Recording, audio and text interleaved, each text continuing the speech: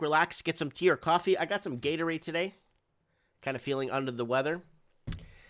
And you're tuning into Mike in the Night, the voice of the Commonwealth. Broadcasting from, I don't even know where this is. And across the Commonwealth, you are watching Mike in the Night. Let's get a round of applause here for me. Yeah, all right. It's going to be a good one tonight, guys. Thanks for tuning in. The date today is the 17th of October, 2020, and there's so much going on. There's so much in the air. You could feel it in the air. Is it hope? What is it we're feeling? What is it? Despair? 2020 has been arguably one of the worst years in recent history that you could arguably say is the worst of the worst. And this is a good opportunity for governance to get into your food, for governing governments to get into your car insurance, get into your home insurance, get into your music, your social media, your every platform on the planet is going to have some sort of governance or some governing hindrance. They're looking at passing some sort of, if you have a YouTube channel in Canada, they're looking at passing some sort of licensing law where if I want to broadcast or I want to do anything on social media, I'm going to have to get some sort of licensing, and they have to approve me to do it. If they don't like my content, they won't approve me. And that's how it works. That's how it starts, and that's how the laws start to get rolled out. And when the laws started getting rolled out, many people have fought the law, and the laws won, right? And that's what I'm afraid of. I hope everyone's doing well out there. We got Big Rob New Zealand, Tig Dim, Metal Gear Mark III, Stephen Sewell in the house. Everyone's asking about this jacket. This is my Wanderers jacket, guys. Oops. It's my Wanderers. It's got a big Wanderers logo on the back with the street. I don't know if you guys ever watched the movie The Wanderers. Very good movie. If you haven't seen The Wanderers is a movie that today would not be allowed to be shown anywhere, anytime, ever. So if you could get the movie downloaded or get it on DVD or find it somewhere on YouTube or something or some sort of a downloadable stream, if you like the movie The Warriors, you'll love The Wanderers. And I got my Wanderers jacket on tonight. Representation. Wanderers forever. Anyways, okay, guys, let's do a quick channel plug here. If that's okay with you guys, we're going to go jump into article scan here. We're going to go into... Guys, don't forget to subscribe to the channel. Guys, also, don't forget to set your reminders. We got Trends in the Housing Market with Jeb Smith coming up and Michael Invests. We got some good lineup. We're going to have a Mike in the Night Halloween special, Mike in the Night, scheduled for October 31st. That is Halloween, 8 p.m. Pacific time. So if you guys want to be on that, please let me know if you guys want to be on that. I would love to have, that night we're going to dedicate it to 10-minute stories. Everyone's going to come on, or regulars on the channel are going to come on if they want to, and they're going to tell us some sort of, something that happened to them, or something that basically took place in their lives that basically put them into a position, a scary story, something weird, something that you were put in an awkward position where it was just horrifying. I want to know. So we're going to have call-ins on Mike in the Night Halloween special. I'm trying to get a real psychic on the show, and they're all booked for Halloween, so we'll see what we can do. But I want to have everyone to call in. I want Blunt News. I want Papa Pissed. I want everybody. Morgan Davis. I want everybody to tell us the scariest moment of their lives or something horrifying or something that's unexplainable on the Halloween night special. Okay, guys? And somebody's messaging me here. Oh, I got lots of people. Lots of messages here. Guys, don't forget to fan me on Facebook if you really want to. If you have a Facebook page still. I don't even know who's on that anymore. But if you want to, go ahead and fan me on Facebook. Guys, here's my Instagram if you guys want to go ahead and follow me on Instagram and send me show tips there. Mike in the Night, guys, the Raven mug is back by popular demand if you guys want to pick it up. And there it is, the Raven mug. It's a really nice one. If you guys want to pick it up, and it says the Raven, and then back here it says Mike in the Night. And trends in the housing market this week. coming up this Wednesday with Jeb Smith and Michael Invest. That's going to be a real good one. And next week's Mike in the Night is going to be, there's trends in the housing market this Wednesday, and Mike in the Night of the race for the economy next Saturday. I'm trying to get a really big guest on for this show, for the race for the economy. I'm trying to get somebody on this real big. Anyways, I did an interview today with Frankie McDonald. Frankie McDonald wanted to come on Mike in the Night, but unfortunately it's going to be like midnight Atlantic time, where he is in Sydney, Nova Scotia, so it's going to be really late for him. So I said, hey, let's do a recording earlier if you'd like, if you have the time. So we had Frankie McDonald come on. Island's very expensive. Santiago's the most expensive city in Chile. So he came on, we talked for a bit. I really like this guy. He's a really, really good, lots of energy, lots of positive vibes, really good person. He's going to do a world tour when this COVID thing shuts down, so hopefully it's going to be really nice. Okay, guys, so what do we got going on? It is Mike in the Night. We're going to get our first guest on right now because the time zone difference. I'm thinking of moving Mike in the Night after Halloween, 7 p.m. Pacific time instead of 8 p.m. because too many people complain about it's so late on the East Coast. I mean, look at the people in London. It's 3 in the morning, and we had Mario Maneko 64 come on at what time? At like 5 in the morning his time. He came on Mike in the Night, but I don't mind moving it to 7 p.m. I'm gonna put a thing for you guys to vote. And if you guys want, let me know. We got VC in the house. Morgan Davies saying, I'd like to see Nova Scotia. Yeah, it's really nice out there. Bob Smithers. We got Heart Sweet in the house. Blunt News says, I like it late. Yeah, we could do it late. It's Mike in the Night. It's late night. It's a late night show. It's not for kids, right? So when YouTube asks me, is this for children? Okay, guys, I'm going to let you guys know. I'm going to tell you guys straight up right now so we can make this really clear. Guys, you can't swear on the show because it's going to be deemed as unsuitable for viewers, at all, like all viewers.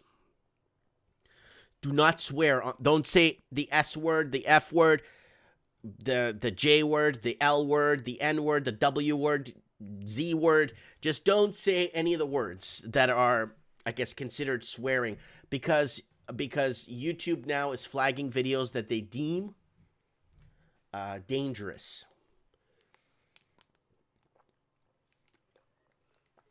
All right, feeling kind of under the weather, but I'm okay, guys. Yesterday, man, I went to bed at 6 p.m. That's how bad it was. So we got, how is it in Melbourne, Matthew? Sounds bad from over there. So Matthew's down in Melbourne on lockdown. We got to get, what's his name, Stephen Thomas back on the show. All right, let's get Eduardo, one of our channel affiliates here. Let's get him on the show here and find out what the heck is going on. And we can find out right now what's happening. He wants to be first on the show because, again, he's on the East Coast time. And he's got to wake up really early the next day to be able to basically do what he's got to do. So he's better pick up. Come on, pick up, Eduardo. Come on, man. You gotta be kidding me. No answer. Eduardo is not answering the phone, guys. I love China. Oh, yeah. All right, let's try this again. See if he picks up. Let's say, you there. All right, if he's not there, we're going to go with the news and update what's happening around the world. And then we're going to go from there, and we are going to... Yeah, it looks like he's not here. Looks like he's not here. They did this Freedom Road Tour, Canada Freedom Road Tour across Canada. They've been crossing every province, driving everywhere with flags and stuff, and it was really good. He ain't picking up. All right. So I guess he's probably SOL right now. No big deal. Let's open up some current events and see what's going on before we get our first guest on. He'll probably call in. Let's go to article scan. Guys, here we go. Senate Homeland Committee demands answers from FBI over Hunter Biden laptop. Again, some laptop was left at some computer repair place. Then some guy called somebody to pick it up. No one picked it up. Then he went through the contents and blah, blah, blah, and found all this stuff on it. And then now they want... So YouTube is basically banning anyone that speaks about this, or they're shutting down channels of anyone that speaks about this. So we're not going to talk about this because we're not allowed to, right?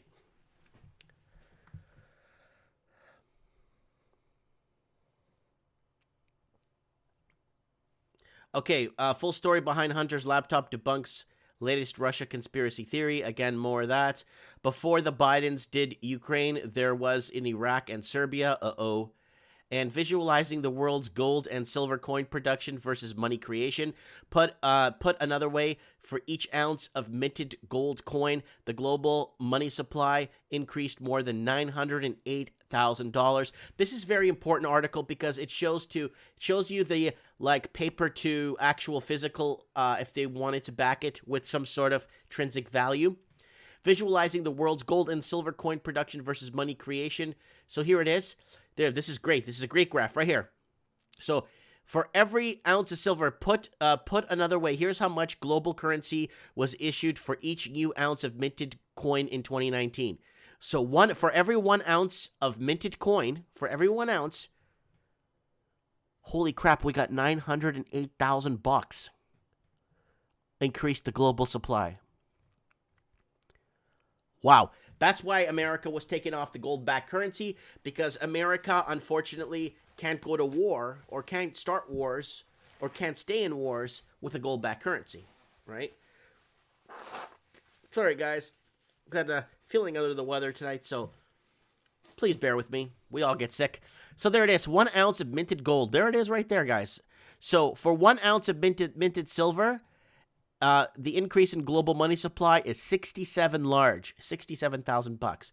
Total production per person. In 2019, coins minted at 23 cents. In 2019, coins minted $1.42. So this is total production per person, okay?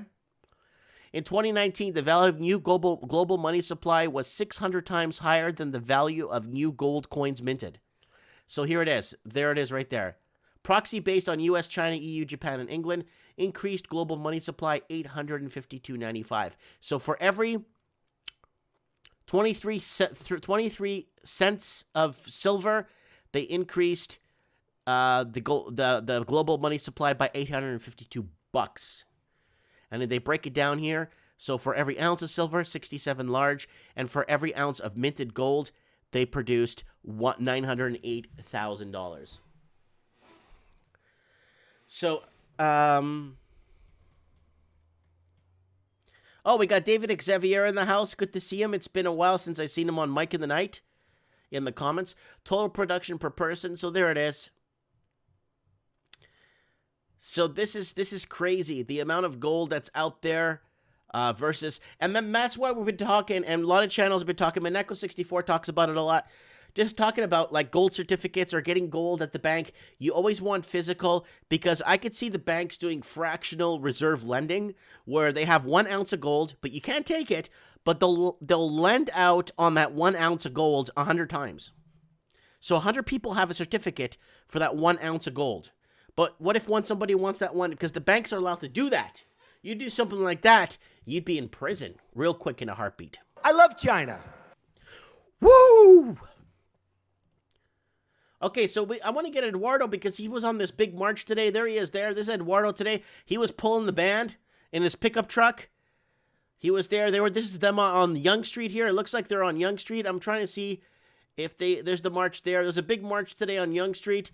There was also a Cross Canada caravan. They stopped in Merritt and they kept going down to Vancouver. Let me see if I can get some other footage here. The silver pickup truck. There it is. There's Eduardo driving right there in that truck right there. That's on, again, Yonge and Bloor. It's on the, Yonge and Bloor, over close by where Sam the Record Man is. I don't even know if that's still there. So there's a lot of people showed up for this. That's really good. That's good. That's lots of families, lots of children, lots of people basically protesting or being, or basically, you know what I mean, exercising their right to assemble, right? Freedom of assembly, right? So let's go back here. This is a really good article from Zero Hedge, visualizing the gold versus silver coin production versus money creation. That's how much out of hand money has gotten. That's pretty bad.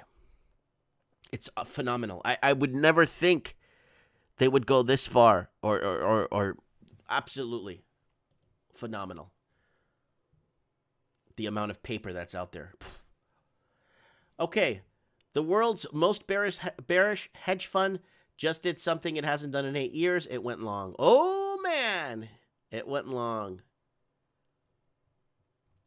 So, yep, there it goes. Beijing views U.S. consulate as hostile forces, orders monitoring of diplomats' leaked documents. So U.S. consulates are considered hostile forces in Beijing. Of course it is considered that. Of course. Of course. I love China. What do you think they're going to do? You know, effectively blocking the consulates from establishing connections with key Chinese political figures, prominent lawyers, public intellects, rights defenders, and special interest groups. California is blaming its crippled economy on climate change. Oh my God, really? They're going to do that? California's crippled economy is based on poor expenditure of government of state funds. Really poor to really bad programs to help the homeless. Really bad. They're not implementing the foreign buyers tax. They're not implementing the vacant home tax. For every one homeless person in LA County, for every one homeless person, there's 4 empty units owned by foreign investors. Give me a break. There is so much more happening, what is crippling the economy. We could talk about it for hours. Just in real estate alone, we could talk about it for hours on what's happening. Yeah, it's getting the wildfires. We get the wildfires here in BC. A couple of years ago, this was pretty bad here. Couldn't even go outside. What else? You got, what else could you guys tell me in the comments? What else in California? There's all kinds of stuff in California. Really bad politicians. It's leftist ideologies that it just absolute ludicrous. It's mispenditure of funds, like just really bad financing and not understanding, you know, and red tape, bureaucracy. You know what I'm saying? I wonder if Lord Humongous is still in Los Angeles. Yeah, Cy Sharp saying consumption, not production. Yeah, California wants to fix its crippled economy. It needs to start producing, not consuming.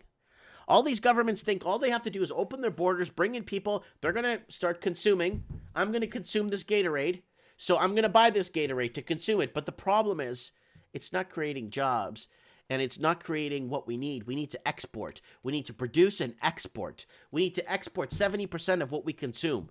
That's the key. Yeah, Red Pill Gary saying there's poop on the streets. Yeah, Lord Humongous is still in Los Angeles. Yeah, Low Roller Scratcher saying a lot of YouTubers are leaving California. I spoke to Johnny Bravo the other day. I've actually talked to him quite for about a month and a half now, and he told me that it's time to leave California and move. What was he saying? Just move east. And when we had what's his name, Stephen Van Meter, when we had him on the show. When we had Stephen Van Meter on the show, same thing. He told us on the show when he was live, he wants to get out of California, move to Orlando, Florida, and be close to Disneyland, right? And I don't blame him to get out of California. You know what I'm saying? David Xavier is saying, Mike Martin's California is the future of America. Well, I hope you're right, buddy.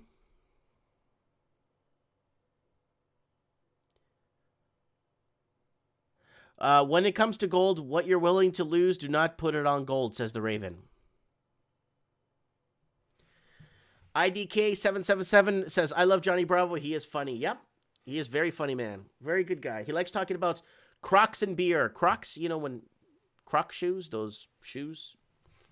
I told him, yeah, I'll get you a beer. He's like, no. Beer is for fat guys and that wear Crocs. Okay. In blunt messages, China warns it might detain Americans if U.S. prosecutes PLA-linked academics.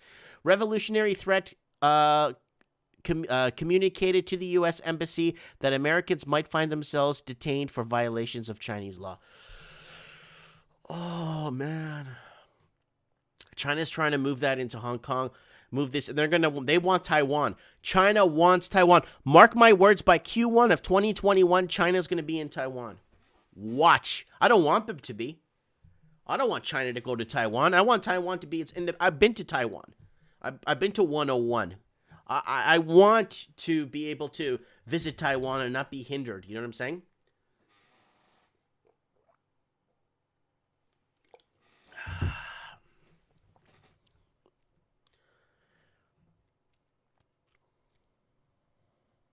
Yeah, Canada's building internment camps. I don't know. Is it a myth? I mean, are they putting it into place to create awareness that, hey guys, if you get out of line, we got camps ready for you. That could be at 2. So don't just say, oh, they're building camps. No, we're done for. Let them do what they want. They've been frivolously spending taxpayers' money left, right, and center. America's got like 200 internment FEMA camps. I think 200-300 of them across. The biggest one they have is in Anchorage, Alaska. Anyways, has our luck finally run out? A proliferation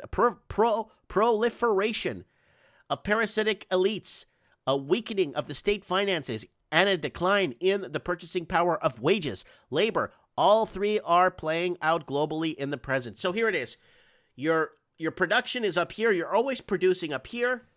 But unfortunately, your wages are down here. Wages have not caught up with inflation or your production. So you're getting paid a lot less than what you're worth, believe it or not. So we got Linny Poo in the house, McLeod 00 there. Yeah, and you got a ton of earthquakes in California, too, if you go back to that thing where we're talking about California there. Okay, Twitter refuses to unlock New York Post account unless paper deletes tweets about Hunter Biden. Again, I don't want to talk about this whole Hunter Biden thing on the show because I don't want to get the channel shut down. They'll just shut it down real quick in a heartbeat. It's too close to the elections to pull dirt on anybody to pull dirt on Joe right now. If it's Donald Trump, man, they don't care, man. They'll even make it up if they have to. Chinese ambassadors makes outrageous, vile threat to Canadians in Hong Kong. All right, so what's going on with this? You guys worried about in camps in Canada? I would worry more about this. Chinese ambassador makes outrageous, vile threat to Canadians in Hong Kong. Canada and China are once again in a diplomatic battle over a range of issues, this time with Beijing threatening retaliation over Canada's acceptance of activists from Hong Kong who are seeking political asylum. So Canada right now, is binging for wealthy investors. They've been binging, so has Australia, New Zealand, the UK. And we've been covering this on Trends in the Housing Market. Now, Canada obviously turned its back on communist China, and it's opening the doors to whatever money they could get off the Hong Kong shores. China knows that. And, so China's ambassador to Canada, Kong Piu, issued a somewhat unprecedented threat to Ottawa last week, saying the accepting of anti-China activists could jeopardize the health and safety of 300,000 Canadians who live in Hong Kong. We strongly urge the Canadian side not to grant so-called political asylum to those violent criminals in Hong Kong, because it is interference in the Chinese democratic affairs. And certainly it would be emboldened in those violent criminals, Kong said.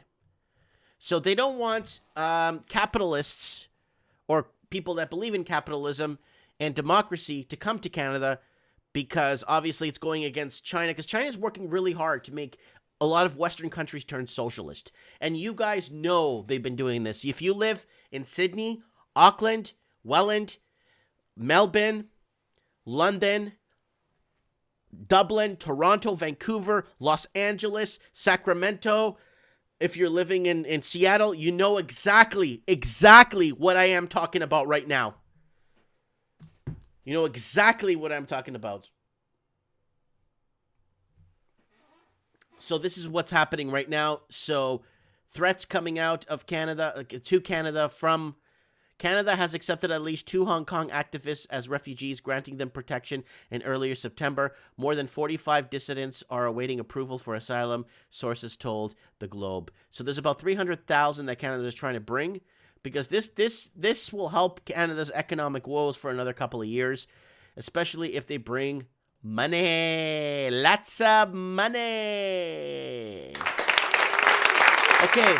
It looks like Eduardo's there. Eduardo's here. Let's find out what's going on with him, or if he's going to pick up this time. And we'll find out what is happening with this march here that he is in. So let's give him a call. Got my Wanderer's jacket on. Yo, Eduardo. Mikey, what's happening? Nada. How you doing?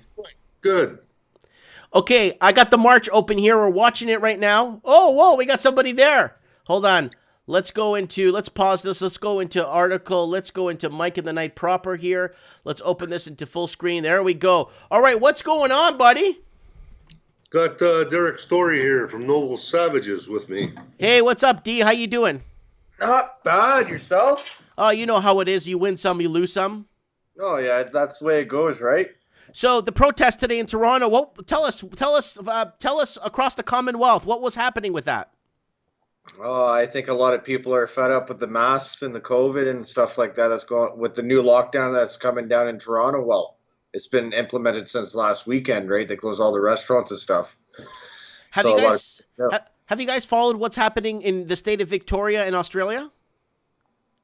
A little bit, yes. People are getting arrested for holding flags and protesting and stuff like that. I have been following it a little bit, yes. It's been pretty bad, and we don't want a Sydney-style lockdown in Canada whatsoever. You have to have an application on your phone. If you're within 5 miles of your house, the application will notify the police. There's you have to get documents approved to visit somebody in your family. There's just so much garbage, and nobody could go to work. Everything's shut down. And Melbourne has 5.8 million people. The state of Victoria has 5.8 million people. We do not want a Victoria-style lockdown in Canada. No. Sounds like communism, Mikey, what you just described. Or is it Marxism? Or is that Marxism? No, that's Maoism. Maoism. Aha, there you go. That's Maoism, actually. That's actually Maoism. So, guys, what did you guys do? Where'd you guys start? I saw you guys on Yonge Street there. Where'd you guys start? Dundas Square. We were there for what speeches were going on. It was about 2 hours the speeches were going on. And then we decided to go on a nice little long 2-hour march. And you guys took it down Bloor all the way down to Yonge and down Yonge Street there? Actually, we went up Yonge Street and around to Queen's Park, back down and around. We did a long tour this time compared to any other time. No, Davenport. What? Went all the way up to the Canadian Tire, Davenport and Yonge. Turned left there. Okay. Back down, I think it was Avenue Road. Turned left on Bloor. Okay. Then back down, turned right on Yonge again. That was pretty good. I was showing it earlier in the show. People playing bongo drums, lots of young families, lots of everybody there, and that was really good to see. A lot of people, when they think of these things, they think of a lot of like biker type people and people ready to start fights. No, it looked very peaceful and it looked very well organized. I like you in that silver truck there, Eduardo. I had fun. Trying not to run anybody over is a little tricky to drive a float at these events, but went off well, I think. What's that? It went off well. Yeah, definitely. So we had the Canada tour come through here. I think they came from Saskatoon, and they drove all the way to Vancouver. Yeah, and some people did come from Manitoba, I believe, too. But it did start in Saskatoon with Mark Friesen. That's correct. And they were in Merritt, where I am, in Merritt, British Columbia yesterday, and they were headed to Vancouver. So they're in Vancouver today, which is really nice. And they had a really big following down there, too. That was very impressive what they pulled off, too. And that's really good with the power of social media. Now, let me ask you guys something. The federal government is actually trying to pass a law that's going to make us need to get a license to be allowed to broadcast on YouTube or any platform. Oh, I heard something like that. Stephen Gabot was talking about that. Yeah, Jabot or Gabot? Gabot. He's got a stutter sometimes. That guy. Probably, but I was reading it in Canadian Journal, and they're looking at actually implementing this as soon as possible before the next Canadian election. So they want to kind of smooth it in. So what we have to do is apply for licensing to allow to broadcast, and they'll approve the channel if they feel fit that it's good for Canadians. Yeah, I don't think that's going to go after that well. Well, they just did a huge blitz of Canadian journalism now on YouTube. They took about 20 different people off YouTube recently. They did, actually. They actually took down quite a few people. Amazing Polly is one of them. Yeah. They're taking people down left, right, and center. The problem is okay, even if we're wrong, so who cares? Why would they care anyways? If we're wrong and we're not right and we don't know what we're talking about and they know what's better, why would they care about us anyway if we're wrong? They know what's better? It sounds like communism, Mike. No, but you know what I'm saying? If they think they know what's better, let me rephrase that. If they think they know what's better, leave us alone. Make us look like the loonies with the tinfoil hats. That's fine. You know, and then you got guys like Alex Jones that have been doing it for years, and then they finally started actually swaying elections, and you know what I'm saying? And then look what happened. Oh, you can't do this anymore. You're swaying American elections, and that what's the point? You know, freedom of assembly. So, was any more marches planned? From what I understand, they do these things every Saturday. It's just a matter of seems every 2 or 3 weeks they have a really big one. And I think that's what happened today. I think it kind of like rotates between cities because Montreal had a good one, Quebec City had a good one. Yes, they did. Ottawa's had a good one. You know, like it's just like wherever people can be at the right time, at that time, it's when it's big. You know. So what? It kind of does a cycle.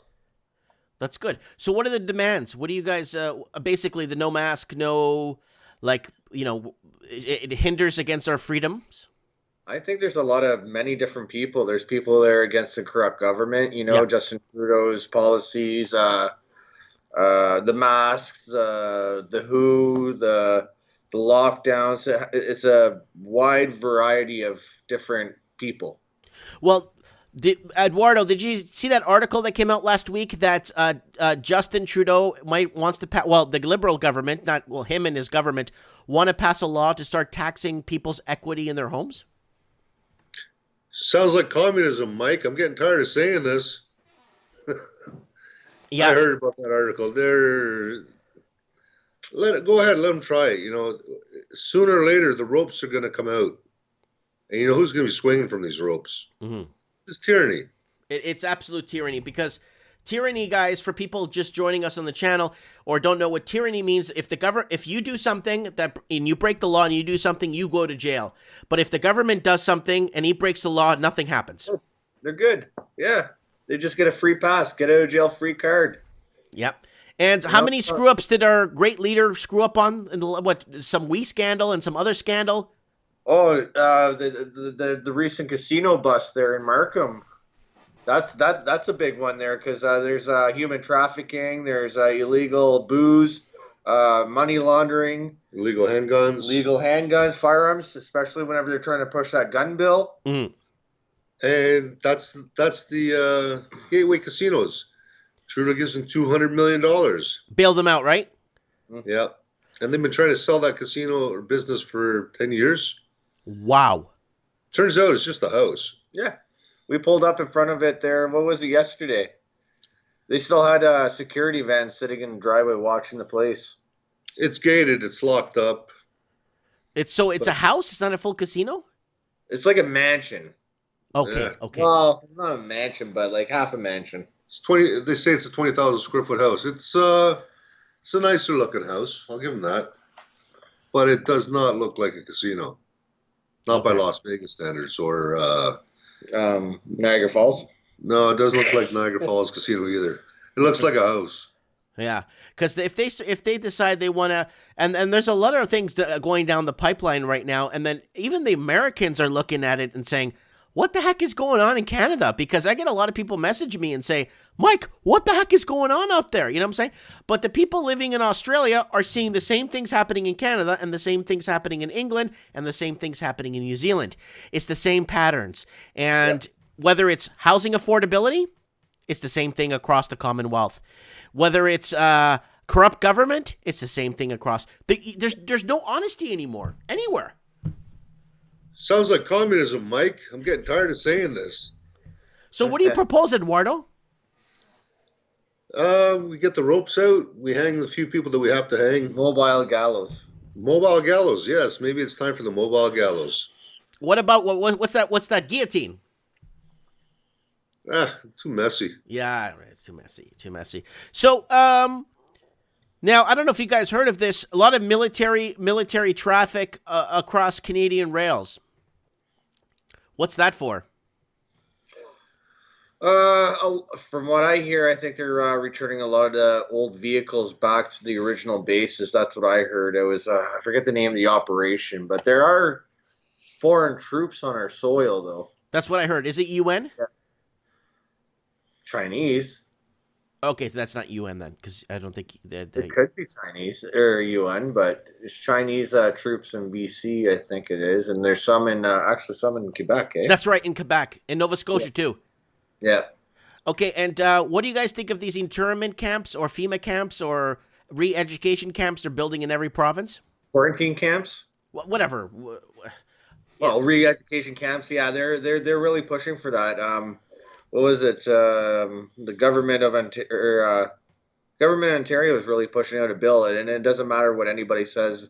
They're going to push for it anyways. Do the Canadian premiers have enough power to issue an executive order that big? Actually, I don't even think they have. If you go back and look through the way history was done way, way, way back when, the provinces had sovereignty over their dominions. Mm-hmm. It's been since 1867 that the federal government, through the courts, they've been pushing the power. All the judgments and all the rulings have been going in the federal government's favor. The federal government actually didn't even have the authority to do direct taxation. They brought this in themselves. If you look back at the BNA Act, back to 1867, there's documents that said the government can only charge taxes on excise. The examples they gave were lumber and minerals. Right. No direct taxation. They never had that right. And if you look at the deal that they had to make to get income tax paid to the government or collect the government, that's done through an agency. It's Canada Revenue Agency. Mm-hmm. It's not a direct arm of the government. So this is how the snakes weasel around it. So why can't we have some sort of party in place, or not a governing party, but a party that audits these guys? Like some sort of, like in what happened in Australia was the banking system was so corrupt and they were ruining so many people's lives, they issued some sort of royal commission. The royal commission went in and started watching what the banks were doing, and they caught the banks doing billions of dollars in crap in a matter of a month or 2 months. Billions. Why doesn't Canada have some sort of like a royal commission that's against the government and goes and finds things that the government's doing? We used to have, the media used to do that back in the day. The media used to be our watchdog. Now the media is against us too. What the hell do we have left? We got us. We got you. You got me. We got Ed. We got all other people trying to speak up, trying to do something. There's other, what's Doug Forster, the Constitution Conventions. There's people, all kinds of people trying to do stuff right now. Yeah, there's groups like the Mythos Canada that are trying to educate people on what's actually happened in our history. Mm-hmm. What happened December 10th or December 11th, 1931. Yeah. Statue of Westminster, where we were supposed to write our own constitution, never happened. It's been a scam. It's been a de facto government. Pierre Elliott Trudeau told us it was de facto government. The Meech Lake Accord failed. The Charlottetown Accord failed. That's with Brian Mulroney. Yep, and it was Trudeau's dad that brought in went to England, incorporated a company called Canada. Queen signed it.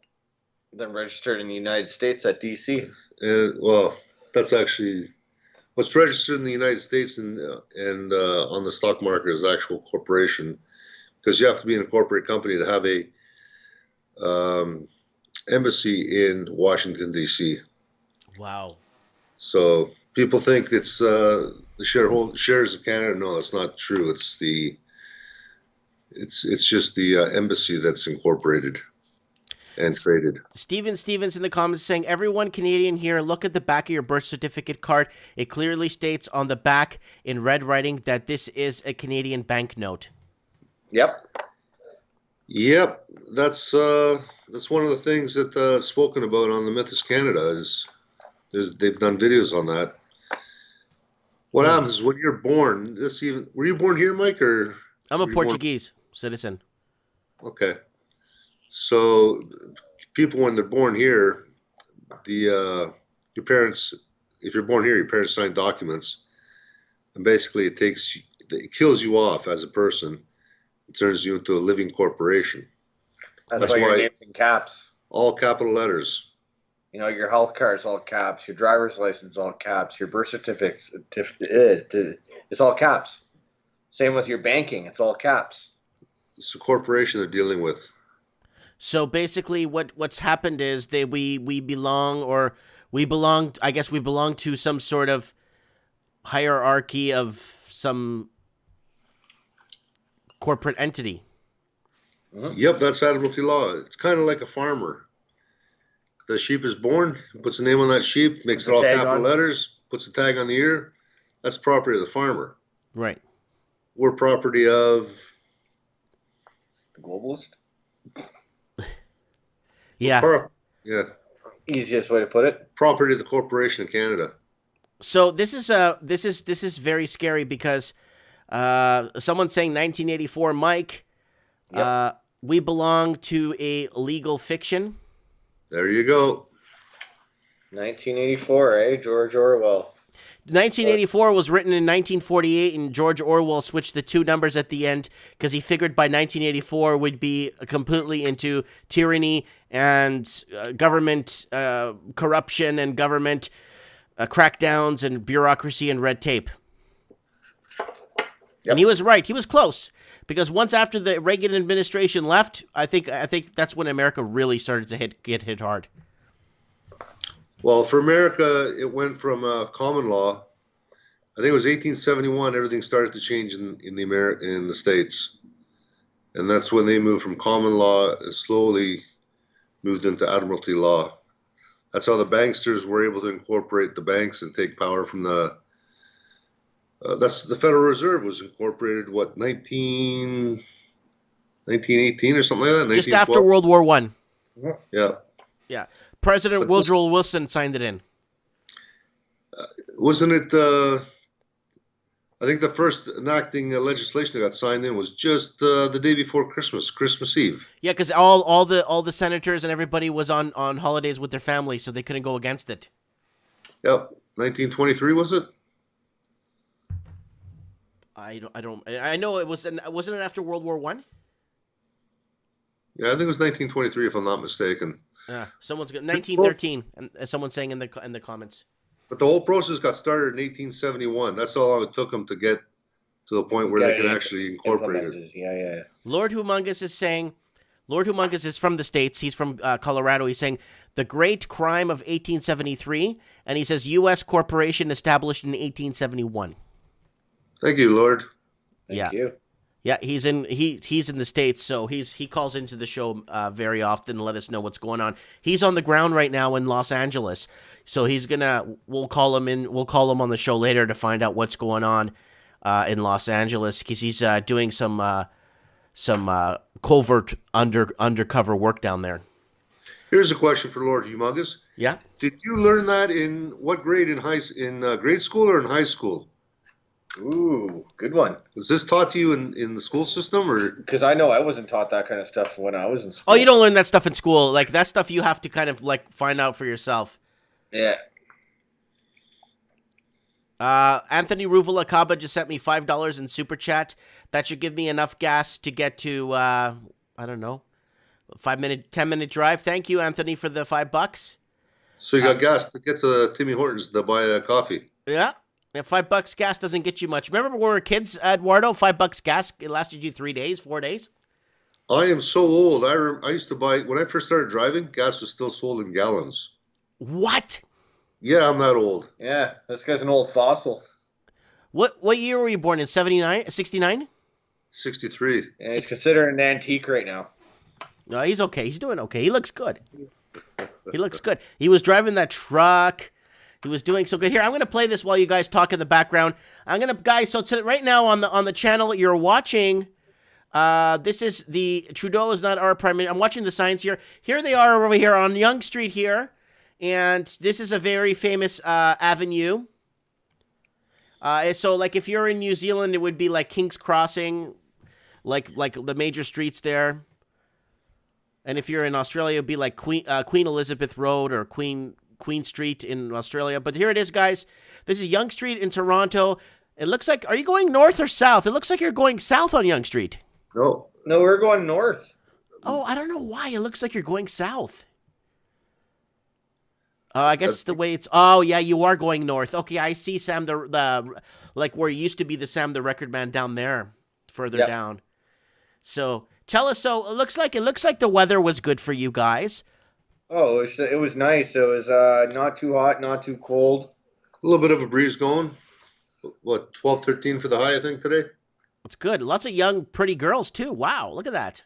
There's a lot of kids too, which was nice to see. You know, the parents are teaching them to fight for their rights and stuff like that, and I really respect them for doing that. We even saw Mennonites showed up. Oh yeah, Mennonites. Mennonites, yes, sir.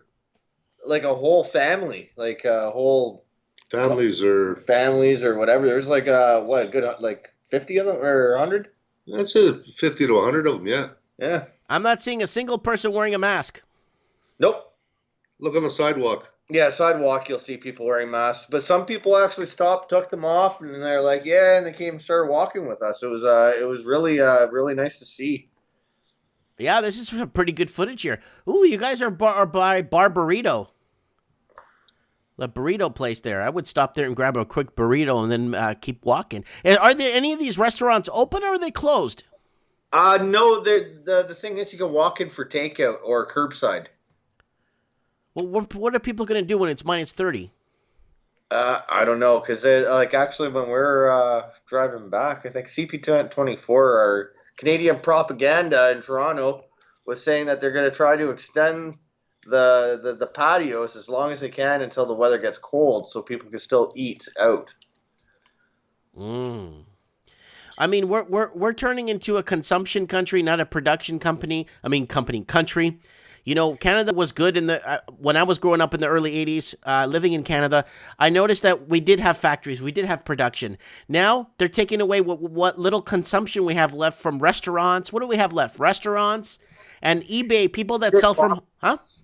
Big box stores like Best Buy, Walmart, Costco, the mom and pop shops are really getting a hit. There's a lot of mom and pop restaurants that are just dusted, gone, because they can't afford to pay the rent and not make money. Yeah. You know?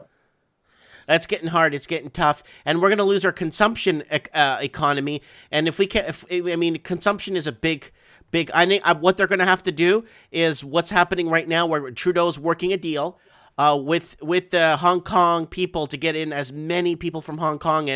And today, it was today on the news that the Hong Kong Minister for Canada, minister living in Canada, was threatening. Did you guys see that today? Was threatening the Canadian government. No. We were marching all afternoon. Okay. Well, apparently one of the congressmen or whatever for Hong Kong, for Beijing that's in Canada was basically telling, hey, you don't want these criminals, these capitalist criminals in Canada. You know, so they want to bring in a lot of people with lots of money to keep our housing going and keep our consumption going. But I think the Canadian proper is in a lot of trouble because their affordability levels in housing, affordability levels in anything is out of control right now. And people, I mean, they get pushed so far, they got nothing left, you know? And what do they start doing? They push back, right? Well, that's what you're seeing. People are starting to wake up. There's what, 10,000 people you figured today? Roughly, yeah. So that's not bad for Toronto protest. Yeah. Is anyone there protesting for affordable housing, or not affordable housing, but better paying jobs so you could buy a house? Because the average person is 23 years away from putting a down payment on a house now. It's disgusting. There's a good percentage of business owners out there fighting to keep their business afloat. Because, small business used to be the biggest employer in Canada. Yeah, big time. Now everything's becoming public sector. Sorry, public sector. We want private sector jobs, right? Sounds like communism, Mike. Yeah. Getting tired of saying this. That's a pretty good footage you have here. But Eduardo, aren't you tired of the government being in your food, the government being in your music, the government being in your commercials, the government being on your news, the government being in your car insurance, the government being in your home insurance, the government being in every friggin' thing you do? Sounds like communism, Mike. Another thing people don't realize is that this has been going on for a long time. It goes way back to before World War II, when Hitler got rid of all the communists in Germany, or tried his best to get rid of them. He sent a whole bunch of people out told them to leave, and they came to America, and they set up in the movie industry, they set up in the media, they set up in the universities. They started pushing this agenda and slowly brainwashing the entire countries. And Americans at that time sided with Germany because they were against communism too.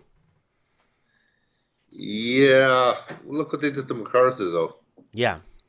After the Second World War, he says, we may have fought the wrong enemy because we sided with Russia or the Soviet Union at that time. Yep. So there it is, guys. There's the protest. It looks really organized. Man, I wish I was there. You should have been. It was really nice. Or at least made it to Vancouver, at least. Yeah, it's about 250 clicks from here, right? And I don't mind going down, but I don't know. I'll get down there again, back to Vancouver. I might come and visit Toronto. I was supposed to visit Toronto like around this time this year. I was supposed to go to visit my grandma, but now with this crap going on and you know, like, it's just disgusting. A lot of people holding up 1984 signs everywhere. Oh, yeah. There's a good handful of people that were. And that's the thing. One of the key organizers is the line. You see the zero with the line through it? Red stroke. They're drawing the line. They don't want no more oppression. Yeah, but how long is it going to take to unravel or unwind this oppression? Like, we got so much crap. Like I said, Eduardo, the government's in everywhere. The government's in our breakfast, in our media, in our freaking commercials, in our car insurance, in documents, in every freaking thing we do. There's some sort of governance, and everything the government touches. Just like remember when they deregulated student loans, and then re-regulated it under government. The government, you got to go to the government to get a student loan now, so they control the interest rates, and they're using that as an economic benefit for the country. Is lie to a bunch of people, get an education, and there's going to be a job waiting for you. What job? Right here. What job? No jobs. And now look what's happening now. And people have student loans to pay. Now it's government regulated. Eduardo, you could default on your home, you could default on gambling debt, you could default on everything, but you cannot default on student loan debt. Nope. Or taxes. Yeah, you can't default on your taxes either. And that's what's happening right now in Canada. And it's just really sad. They should let the banks compete with one another to give these students student loans. The banks should be competing with one another with better rates instead of getting the governments, just like America. It's a big billion-dollar business, right? A lot of people are getting shafted. Mike, another thing people are probably not aware of is that the Canadian government appoints Supreme Court judges and other higher judges across the land. The federal, right? Mm-hmm. The biggest responsibility the government had back in 1867 was to guarantee that the province would have good government, equal representation in criminal law, and they were granted these powers by the Queen. B&A Act, guys, this goes way back. And one of the key clauses was to ensure good governance in the provinces. The provinces were always sovereign. But that was then, this is now. They've usurped all that power. And this is why we're in the mess that we're in. There's no more checks and balances. That's why Trudeau, he can get away with what he's getting away with. People are trying to arrest the guy all the time. Yeah, there's a guy that's done, 7 attempts in the past 3 months. To arrest Trudeau. He hasn't been put into jail either. Citizens arrest, right? Yeah.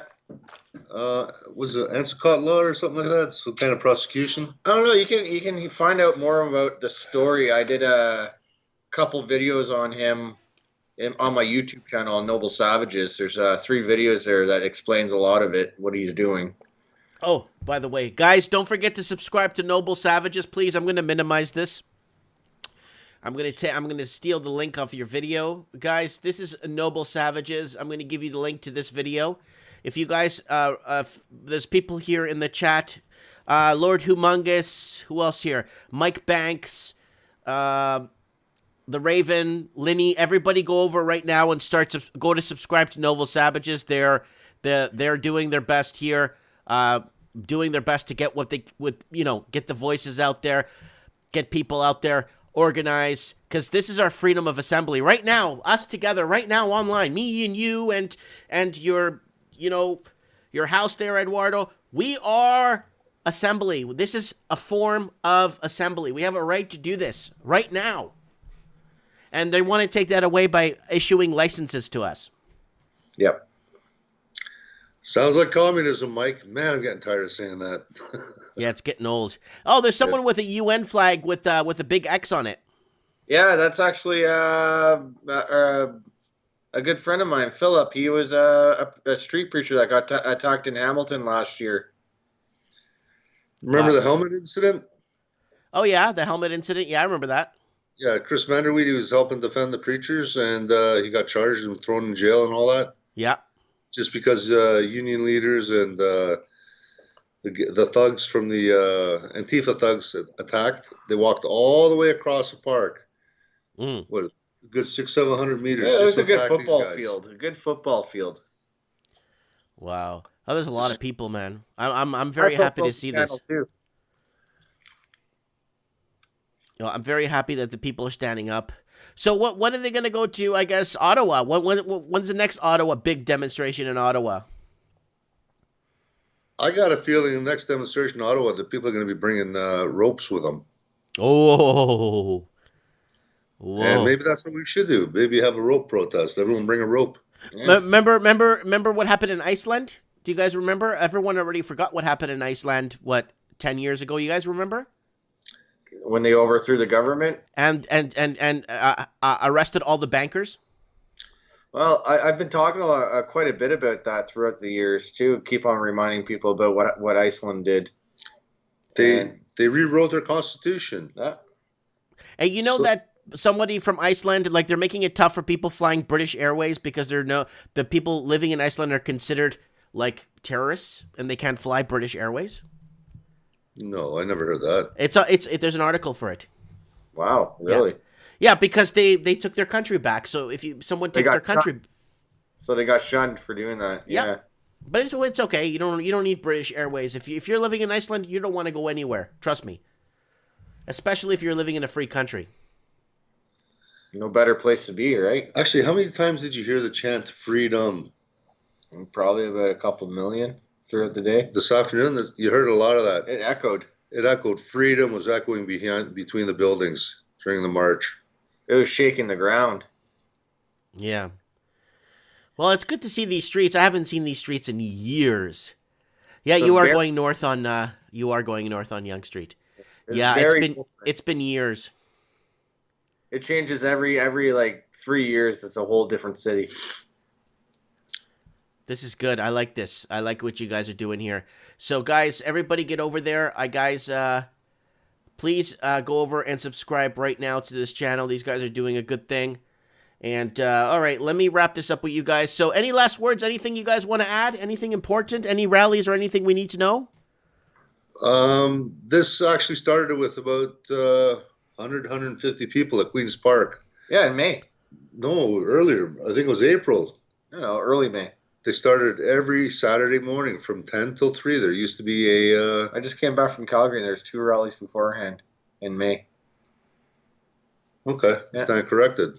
But every Saturday this has been going on, and it's building and it's growing. It takes time though. Yeah. Well, that's good, guys. So don't forget to go over, guys, to Noble Savages, and please subscribe. And I'm going to give you the link again in the live chat. Go over and subscribe, and be part of the Voice of Canada. I don't care where you are in the Commonwealth. Just subscribe, and it's good. Spread it out. This is how we get past censorship and everything, is networking together and sharing out our videos, which I'll do the same with you. No problem, man. No problem. I got to get you on with a warrior calls, Christopher James. Uh-huh. I'm sure people are starting to see his name come around. Okay. Earth United. Okay, yeah, we'll talk to him. Yeah, no problem. That movement's grown, and they plan on bringing this whole thing down by using common law. Yeah, beating them by their own rules. Absolutely, yeah. The way it used to be hundreds of years ago. Yep. Well, hundreds of years ago, they used to tar and feather people on the streets. I don't know if you remember that. In Prince Edward Island. Prince Edward Island used to be the capital of Canada. And in Prince Edward Island, they used to tar and feather politicians that lied or cheated. And they would literally tar and feather them. You can look it up. Yeah, I wouldn't mind going back to that right about now. Anything? What kind of tar were they using, and what kind of feathers? I don't know. You could look it up. It's in Canadian history. It is in Prince Edward Island. When the House of Commons was in Prince Edward Island, that's when John A. Macdonald. Anybody that screwed up or lied were tarred and feathered and made a public nuisance of. Well, I think history should repeat itself, and I think now's the time. Yes. Yeah, let's get Trudeau in there. Okay. Well, did I say that out loud? All right, guys. Thanks for coming on, Mike in the Night. I really appreciate your guys, what you guys are doing, and what you guys have, your voice is heard loud and clear, and we all appreciate everything that you guys do, eh? Yep. Did you get a hold of Mark Friesen? No. Hopefully he calls you tonight or gets in touch with you, because he was organizing the march from. Well, no, it's a convoy from. Convoy. Yeah. From I emailed him today. Okay. I emailed him. I emailed that guy. I emailed him today. I don't know who gets his emails, but I sent an email. So Mark was also instrumental in organizing the Yellow Vest component of the United We Roll convoy that went from Western Canada to Ottawa 2 years ago. 2 years ago. 2 years ago, yeah. We had that on the show. We were talking about that, remember? Yeah. Mark was one of the key guys with that movement. All right. Okay, guys, you guys take care. You have a good night. I know it's getting late over there, and you guys have a good night. We'll talk soon, and guys, get people to subscribe and start growing your channel. Awesome, man. Thank you for having us on, and have a good night. Thank you so much. Good night, guys. Right. All right, that's Eduardo and the Noble Savage there. So Noble Savages, guys, don't forget to subscribe. I'm going to give you a link to their video. Go to the video and go ahead. Never mind. I'm just going to go right to the channel. Here we go. Noble Savages. Here we go. Let's grow their channel. These guys are doing the right thing. And there it is. Noble Savages. Go ahead and subscribe to them right now. And yeah, thank God I got them on. Whew. Thank God I got these guys on. They're doing a lot, and they're fighting for us, guys. You know what I'm saying?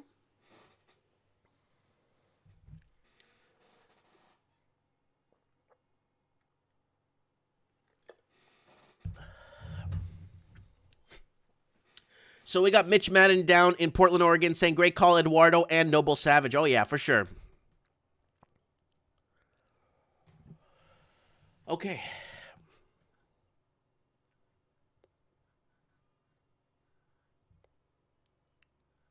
So I'm reading the comments here.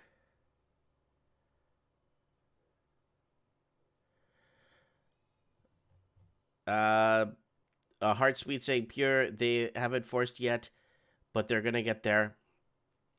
I don't know. Somebody's Lord Humongous said he subscribed. Blunt News in the house. It would be eye-opening if that protest footage was on the local news. Yeah, but they won't do that. Good. So we got Anthony Ruvalacaba subscribed. Good, guys. Thanks for subscribing. Okay, what do we got here? There's all kinds happening, man. Oh, there's so much happening right now in the Middle East and Russia. There's so much happening right now. All right, let's go back to here.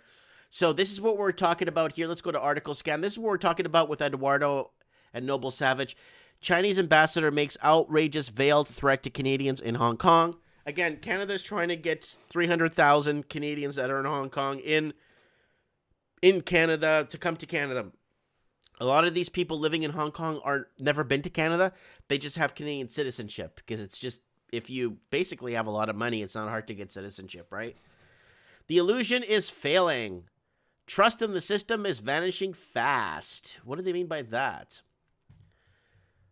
So, the secret of the trick is accidentally revealed. The woman was always in the box. The eye is no longer deceived. And there's no getting the audience sense of awe back. Uh-oh. The illusion is broken.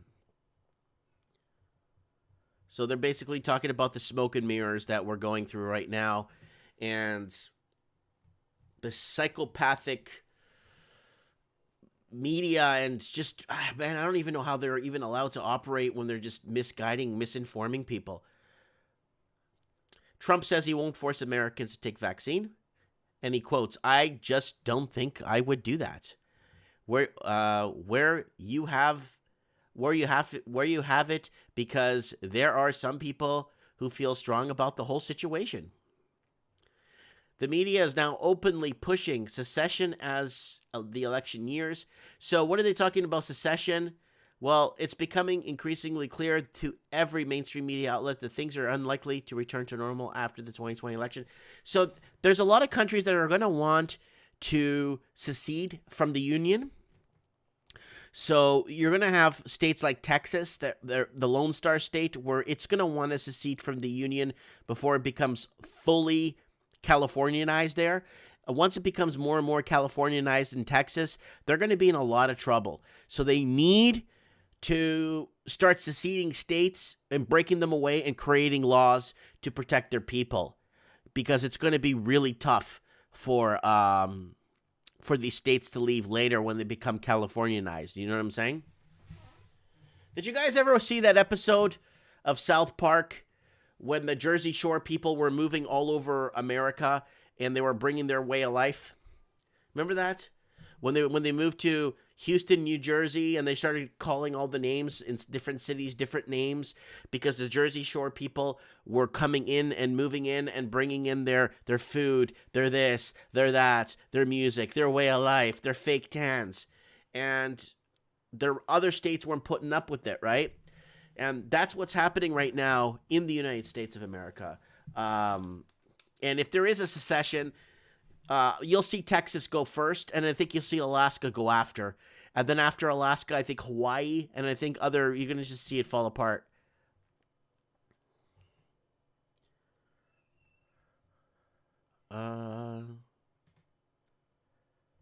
Just trying to see if there's any other...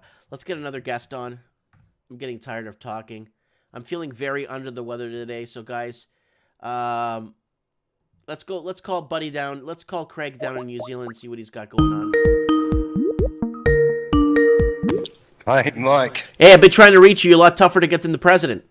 Wow. Get busy. Yeah, how's work?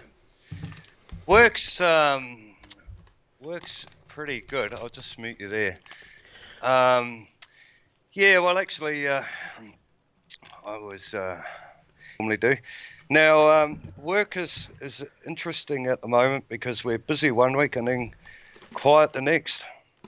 So, lockdowns in New Zealand, are they going strong? What's going on with lockdowns down there? I know you're in election season. What's going on? Oh, okay. Now, the lockdowns, we're on level 1, so on that side of it, it's going quite well. And unfortunately, we've had the election yesterday, and that's been a definite move to the left. Oh.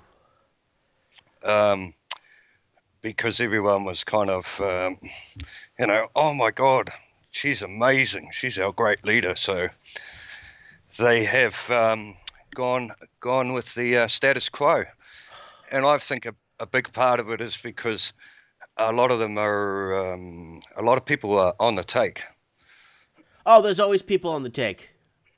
There's always Yeah. people. There's always people getting a little bit from the house. You know that. Oh yeah, and people are scared to, scared of change because then they won't get their little benefit or their little payout, and so that's really a bit sad to see people, not really think about the future, but just go for the, immediate. So if that makes sense to you. It does make sense. So Yeah. you're saying the media just took a full left? Oh yeah, our media's been left for quite a while. So they really promoted the Jacinda Ardern kind of personality cult, and anything that the opposition did was wrong and they were evil, and they got the result they wanted. Blunt News in the comments is saying she banned guns. Is that true? Yeah, she did. Yeah, they banned guns, and they've made it so hard to get guns, and it's one thing I'm really disappointed with, and I know a lot of people I've spoke to, is the opposition actually had some really good ideas and practical things to get things moving with business, but people don't seem to care about that. They seem to think it's magic money, and you can print magic money. So that's I don't know Yeah. what's worse, money laundering or printing money. Like, I mean, they're both bad. You know what I'm saying? well, yeah, because if I go to work and my job's doing well and they get more work and that they feel confident, well, they're going to spend money on equipment and people going to do construction and all this kind of stuff, and if they don't spend the money, then we don't have jobs, and if you don't have jobs, you don't get money. So I'm just in shock, really. And I know a lot of other people are as well. And of course, when she won, she was saying all the right things about, we're going to keep going with the recovery, and Because Gonna I keep know building that this- her Kiwi build project to build 100,000 homes for average wage earners, that went down the toilet. well, yeah, Kiwi Build, it's like a bad Monty Python movie, Mike. They promised So- 100,000 homes, and then they ended up building 12. Yeah, well, exactly right. And so, I mean, there was a lot of things they were going to do. They were going to make some changes to the tax. They were going to roll out some infrastructure. But they did ban foreign investing. Well, they didn't. They didn't really. They just. I think that's a bit of a, Clayton's kind of law. I think that's the right term. Eduardo can help me out on that one, because they get around it. Because all that has to happen is, we can't buy it from overseas. So what'll happen is we'll send our son down there, and he'll go to uni for 2 years, and then he'll become a resident, and then he'll form a company, and then he'll buy 5 or 10 homes. So really doesn't. Has tourism picked up there? I know it's springtime there now. You guys are going into spring. No, the tourism is still very dead. Mind you, we are back on. We're on level 1 now, so they've opened the bars a bit. I think they're talking about opening up, or they have just opened up a bubble with Australia. But like I said, Mike, the biggest thing at the moment that I see is it's a very up and down, famine or feast economy. One week it's like I'll go to work 1 week and I might get 30 hours, take a couple of holidays, and then the next week I'll get 50 hours. We got Big Rob New Zealand, who's there in obviously New Zealand. It says Jacinta promised everything, delivered nothing. Well, yeah, that's exactly right. I think under Labor, because that's who they are, there was something like at least 100 committees. And actually, I was thinking about this the other day, Mike. I seen a movie years ago, and it's a science fiction movie. It's set in the future.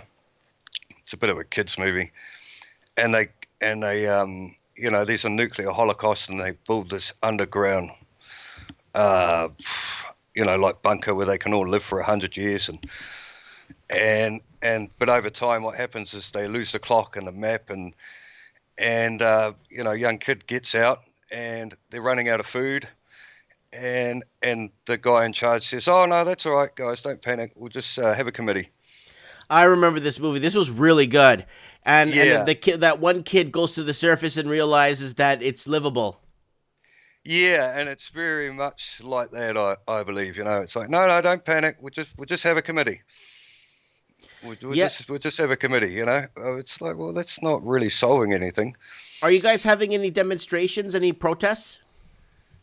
No, unfortunately not, because, like I said, people, Kiwis are generally pretty relaxed, and I do think now we've had something else going on too. In the general election, we had a couple of referendums, which we're waiting to hear about, and that is for assisted euthanasia and for cannabis. They want to try and make cannabis legal. Of course, they want to create a consumption economy. They don't want to produce. They just want to do whatever they can to consume and keep the economy, or their fake economies, going until New Zealand starts exporting 70% of what it consumes. It's not going anywhere. Oh, yeah. And I'll tell you, Mike, and I think I've told you this before. So when I'm in my truck driving around town, and I've spoke to a couple of other people, there's still a lot of shops that are closed. You should make a video for us on your phone and just put it right on thing. Put it on Skype here, and I could play it. Oh, okay, definitely. Yeah, Please. I'll do that. Yeah. And we're talking about traditionally upmarket areas. Okay. Like we have like Newmarket, Ponsonby Road, Queen Street, which is Auckland Central. That's just been decimated. Our Queen Street in the city of Toronto is actually at Yonge Street. Oh, yeah. That's our I've seen Queen that. Street. Good, yeah. Great video. But yeah, no, I've been quite busy and also just trying to get on, and the housing thing, it does get you down a bit. It's quite demoralizing after a while. It does. So, it is. Because you just feel so helpless. There's not much you can do.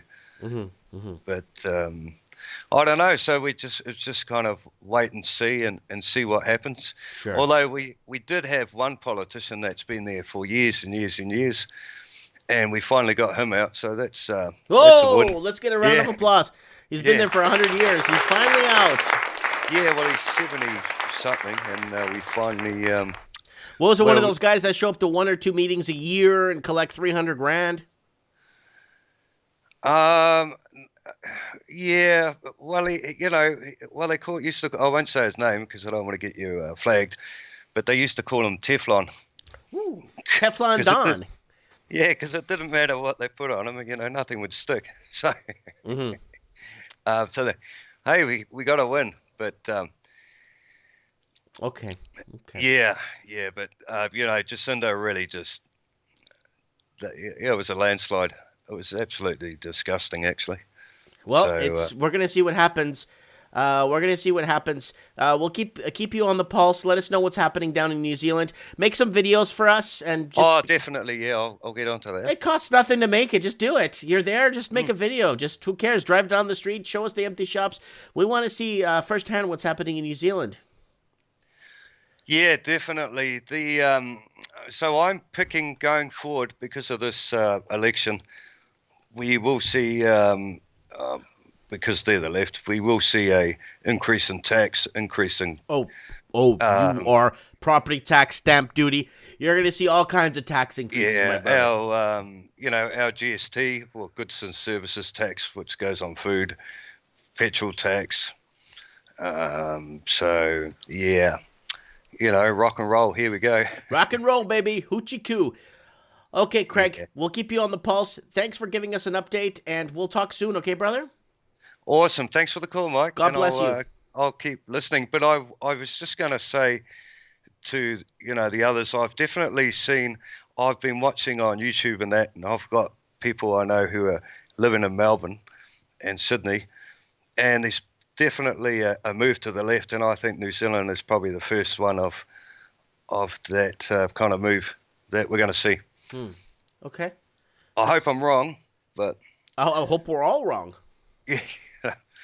All right, Craig. But God bless all right. you. Thanks, Mike.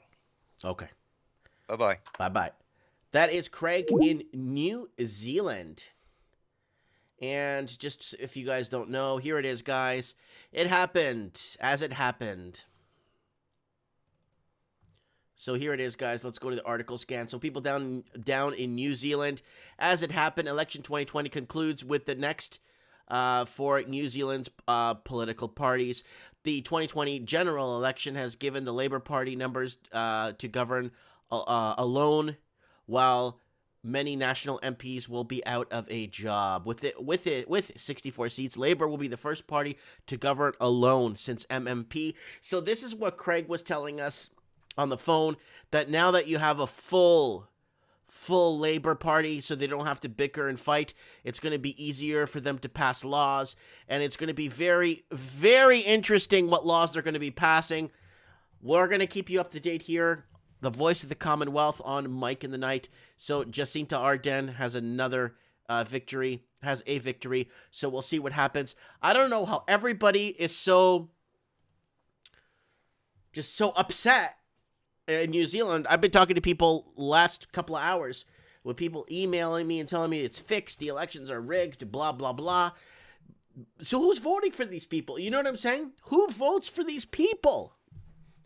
Like, even to this day, I haven't met a single Hill Dog in the United States election in 2016 won the popular vote, right? Hill Dog won, right? I still haven't met a single human being that voted for her.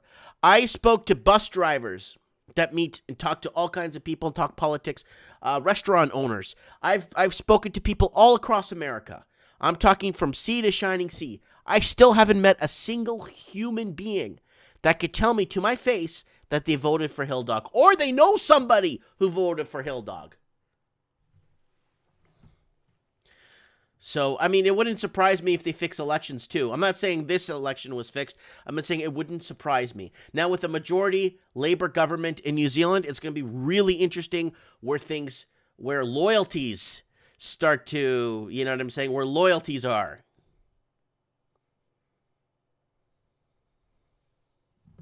Supreme candidate saying it's going to be rough in New Zealand. Yep.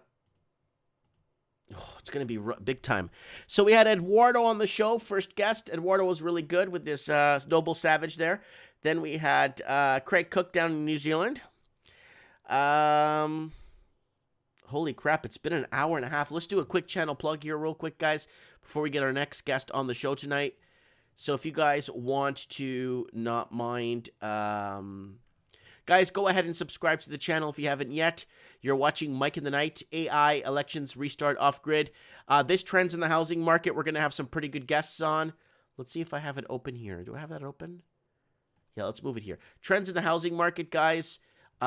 This next Wednesday, if you guys want to go on there and set your reminders, we got Jeb Smith, a real estate agent in California, a California real estate agent that actually is true, like actually educates his customers, make sure that no one's people are getting into things that they know they could afford to pay. He's one of, there's all good guys out there. There's good mechanics. There's good real estate agents.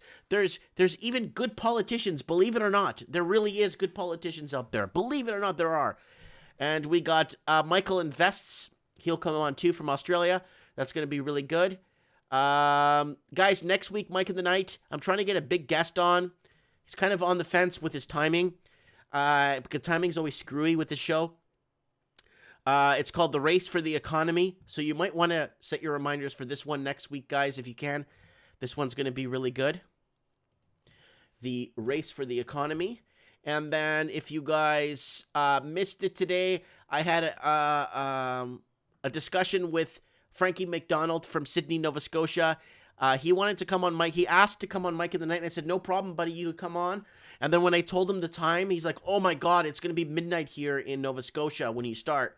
So I said, no problem, Frankie, we'll do a pre-recording.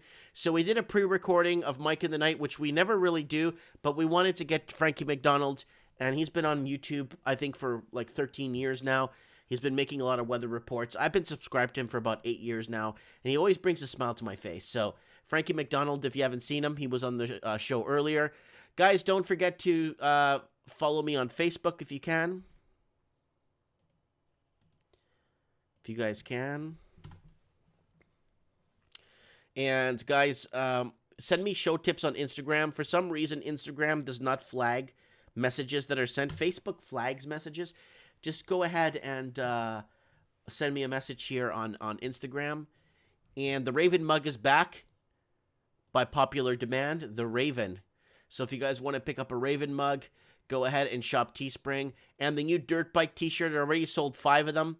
So if you guys want to pick up the new Mike in the Night Dirt Bike t-shirt, it's really nice to wear. It's all over dirt bikes. It's so good.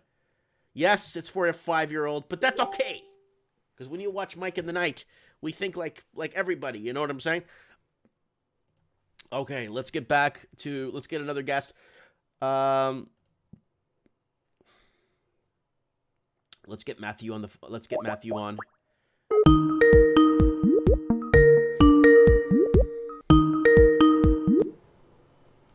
Mikey. Yo, I've been trying to reach you. You're a lot tougher to get than the president. Sure. Yeah. Hold on, let me put you. You look good. You're wearing a nice hat. I want people to see this beautiful hat you're wearing. All right. Here we go. YouTube. So, guys, this is Matthew from Melbourne, Lockdown City Central. So, how's the lockdown going? Yeah, just got announced that we're coming out of stage 4 tomorrow. We got golfers back tomorrow. Golf? So we're allowed to go golfing again tomorrow onwards. Okay, you're allowed to go golfing. That's a good start. So they're unlocking it. What's going down with that? Is it restaurants opening? Yeah, they're going to do something about outside dining, so they can have however many out front of restaurants.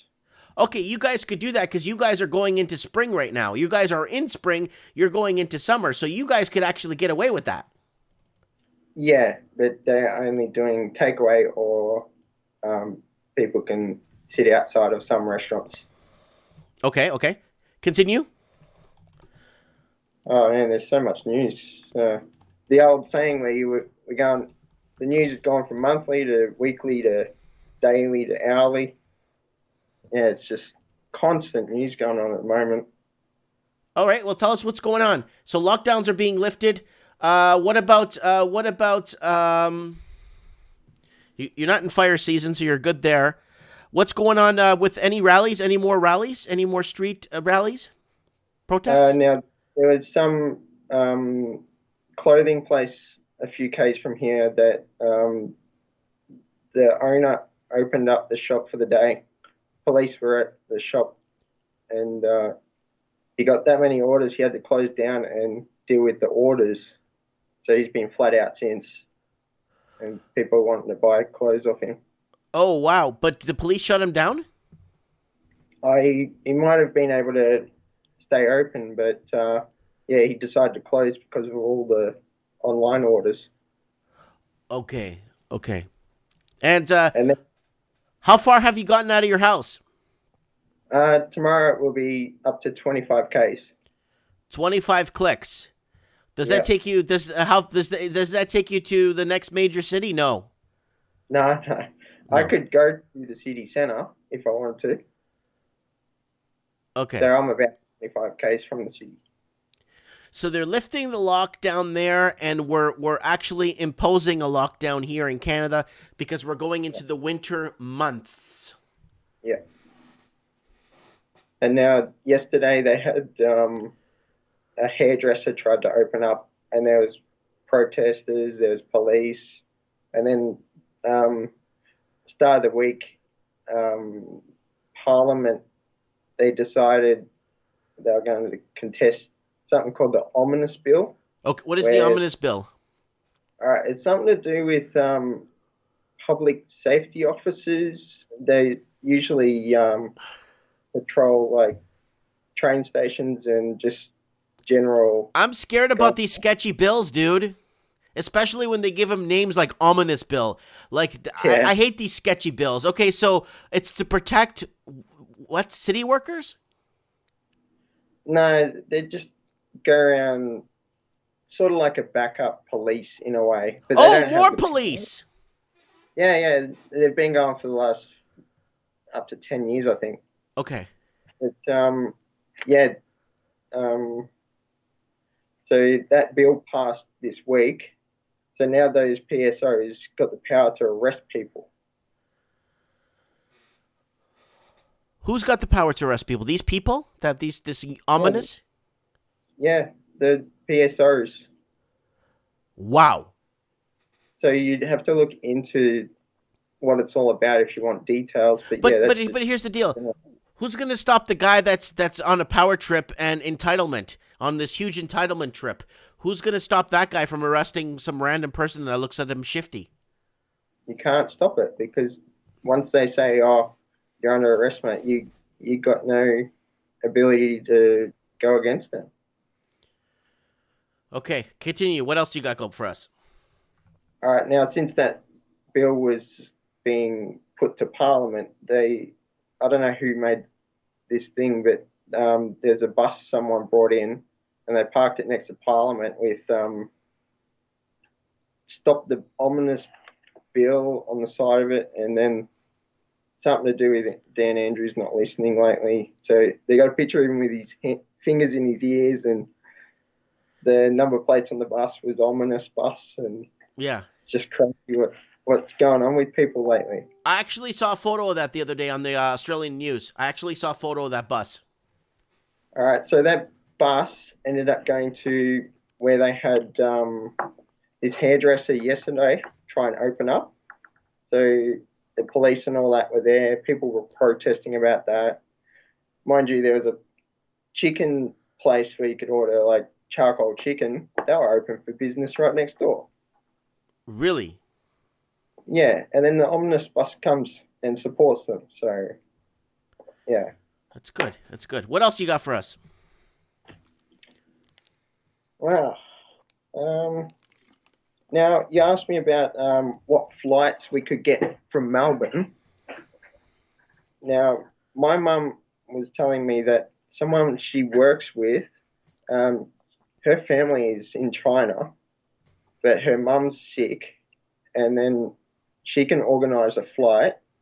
I don't know when she's organising it, but yeah, she's able to get a flight to China and then come back on a certain date, and then she has to stay in the hotel quarantine for 2 weeks.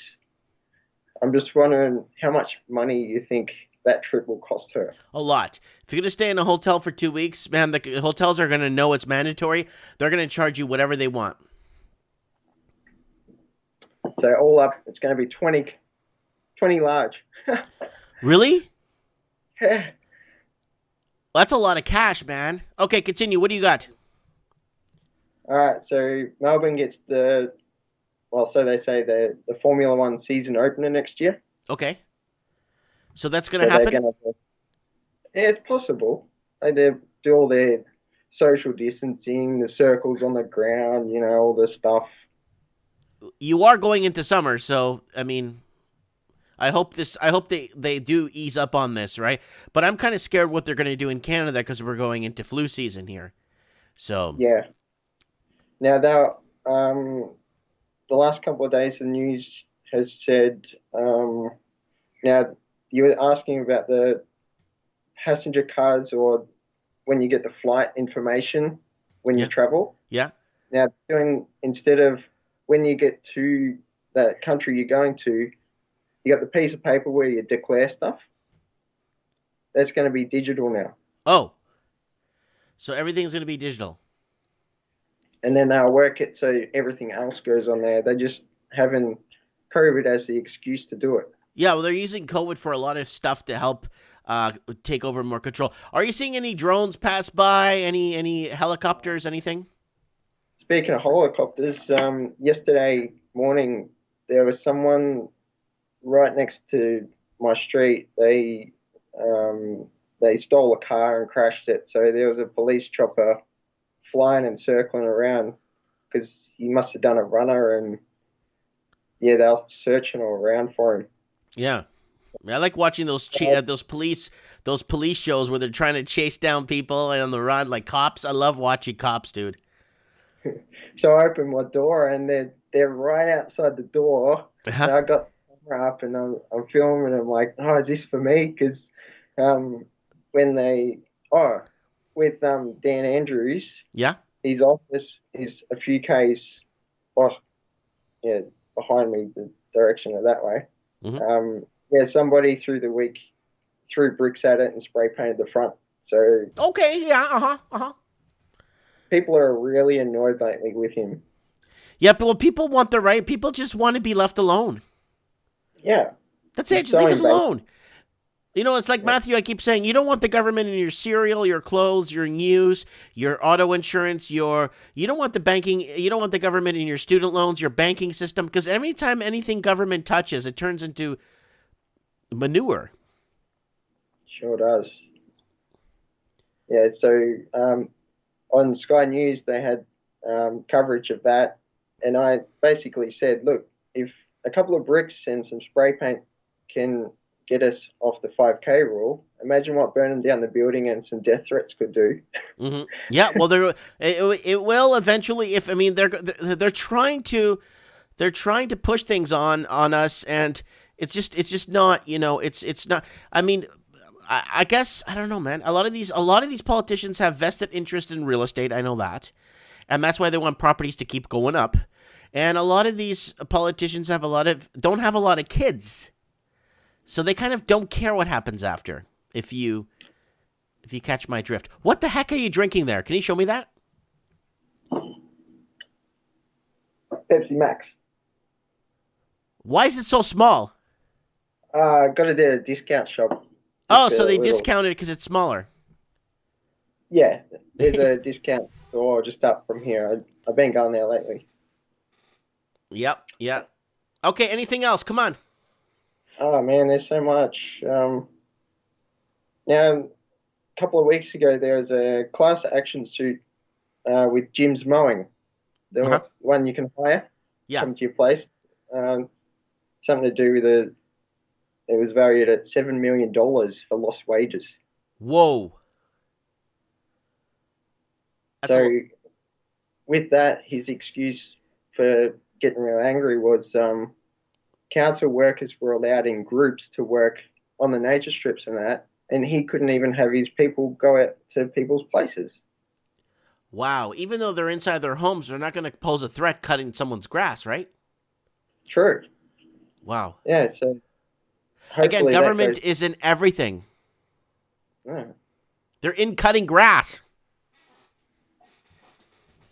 Also, Bill Gates, he applauded Australia for its handling of COVID lately.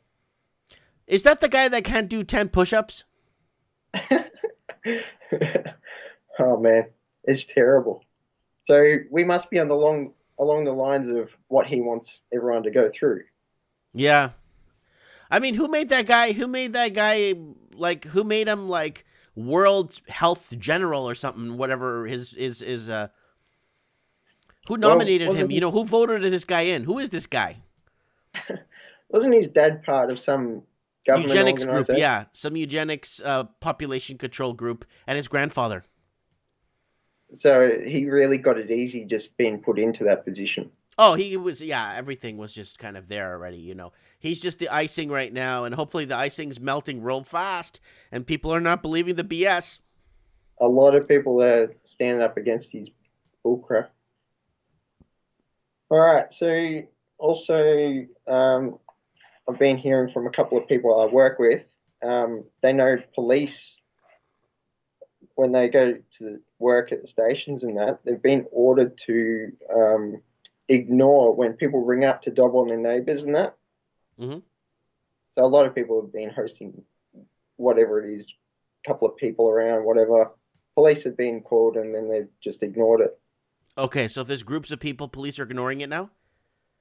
Okay, that's good. At Basically. least the police are kind of easing up because we don't want police, right? Police is nice to maintain the roads and stuff. That's nice. But still, you know. Yeah, What so about the mandatory blood tests? They were gonna. This was a few weeks ago. I read something that they want to implement mandatory blood tests in Australia to drivers. They're like just to test your blood. to drivers? No, I haven't seen anything. Like, you know, when you go about to a that. checkpoint or when you get somewhere, you know, when they have a ride program where they're checking for alcohol. Okay, Well, they want to do a blood test too. I wouldn't be surprised. Yeah, Yeah, there's that much news. I can't keep up with it all. yeah, yeah. I'm wondering if the Raven would do a voluntary blood test. You'll have to ask him. Keep an Yeah. eye out in the comments for him. Yeah. Okay, one more. Let's go. Also, yeah, with the metro to the countryside, that border, Yeah. people have been catching wind that people are just being let through. They're not even being questioned anymore. Okay, so the border between Victoria and the other province, people are just going now. Yeah, Okay. and a guy I work with, he went up to the countryside to pick up a new puppy. He didn't even get pulled up, so they just waved him through, and all the policemen were behind the bus with a fireplace, warming their hands, whatever. Oh, they're They probably watching Mike in the Night. Yeah. All right. So last week you were talking about smoking in Australia and how it's still $50 a pack of cigarettes. $50 a pack of cigarettes. Do you understand what you could get for $50 in South Beach? Oh my God. And then continue. Go ahead. Now they're considering cigarettes prescription only. What? Yeah, it's What? consideration. It's not a bill yet. They're just putting it out Hello, there. everyone. So, yeah, there was an Mexico. article. So they're thinking of making cigarettes prescription only. Yeah, this could be why they've put it as such a high price for a packet of them. I love China.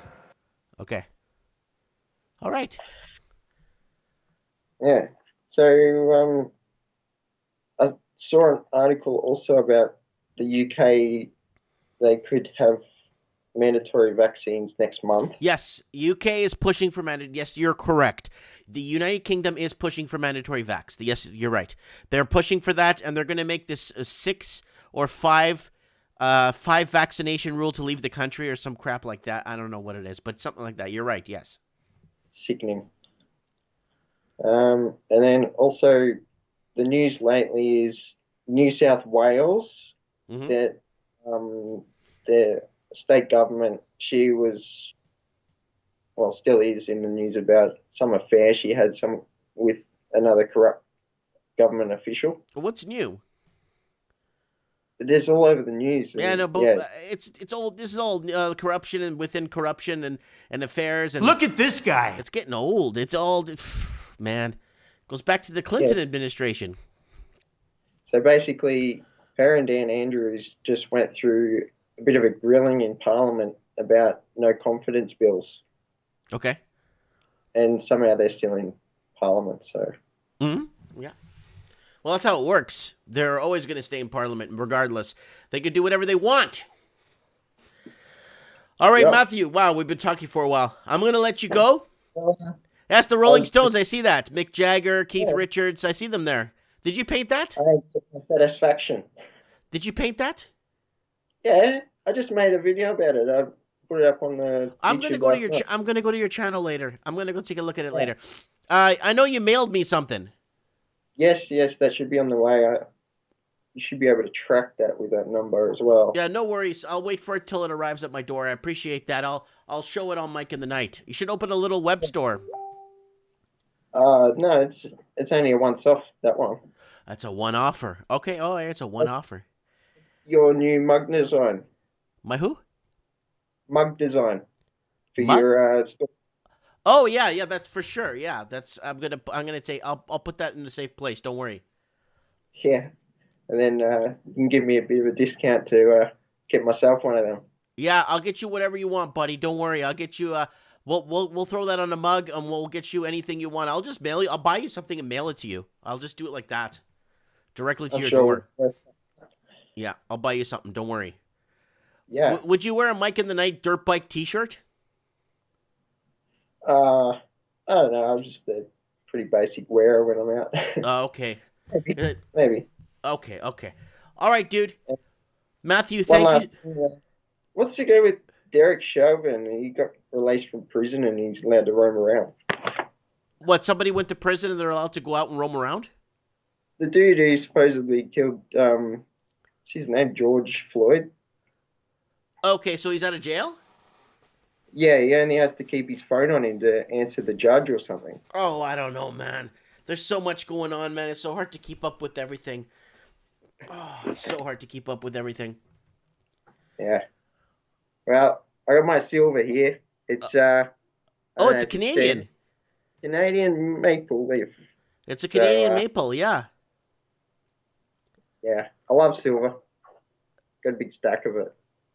Nice. So Liberty Queen as well. That's a Liberty. Yeah, I got a bunch of those too. Yeah. So nickel. I got nickel as well. It's going to be pretty expensive soon, the way they're talking about news. That looks pretty dope. That looks dope. And then classic, the old gold. Was that gold? Get on it while it's still available. Mm-hmm. Someone said 10K by the end of the year or something. Oh, probably more. Who knows, man? Well, we're still in 2020. Let's wait till 2021 when the banks start to fall and the bailouts, and we'll see what happens then. Yeah, sure. And just one last thing for YouTube. Oh, yeah. You saw my video got taken down for talking about that, right? Screw YouTube. Yeah. They basically they took down a video and said it was dangerous material. Talking about that. They don't want anyone else to do anything other than what the vaccines. Well, they want people to pour gravy down their pants. Hang on, I got some here. Yeah. You got some gravy? I do, but it's not mixed up. Okay. Look at this guy. All right, well. Have a good night. Please stay out of jail. Yeah, can I at least video call you if I do go into jail? Please, yeah, call us live if you get arrested, okay? You can come bail me out. Sure, I'll come bail you out. Thank you so much, Matthew. Thank you for everything. Right. We'll talk soon. Thanks, family. No worries. God bless. All right, see you later. See ya. All right, that's Matthew from Sydney, Australia, giving us an update on what's happening down there. All kinds of weird stuff. Now they're going to want to put prescription on cigarettes, so that then they can start monitoring how much you smoke. Yeah, let's get down to Los Angeles. Let's see if Lord Humongous could pick up his phone. Let's head down back to stateside. Let's head stateside. So we're going from Australia, and we're heading stateside to Los Angeles, California. Hopefully he picks up his phone and gives us an update on what the heck is going on down there. Beam, beam, beam. Beam, beam, beam.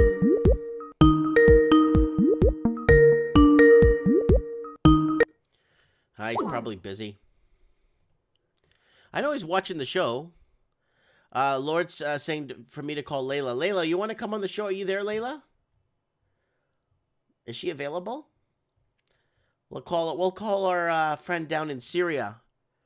Our friend who is in Syria that could give us an update on what's happened. Where is she? Laila. There's so many people in my friends list here now. Let's see if she picks up the phone.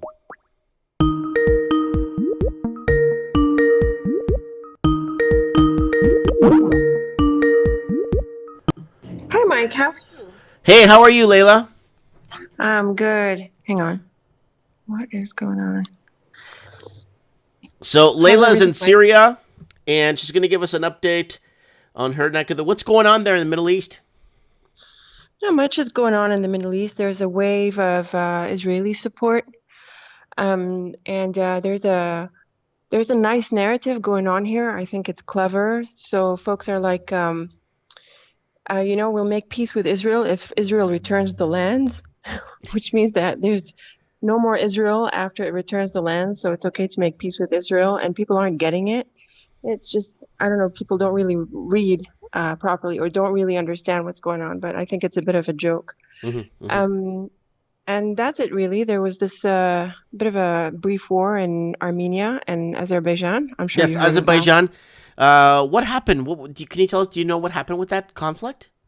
Well, believe it or not, there isn't really much going on there. I suspect that it might be related to the pipeline extensions, but That's what I was actually, thinking.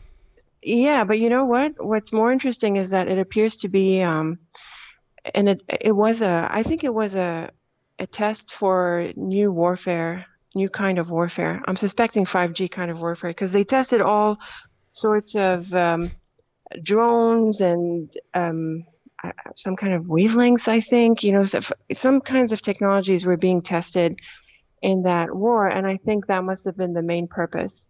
Because from a political perspective, it's not. First of all, it's really old. So this area in Azerbaijan is occupied by Armenians, but according to international law, it belongs to Azerbaijan.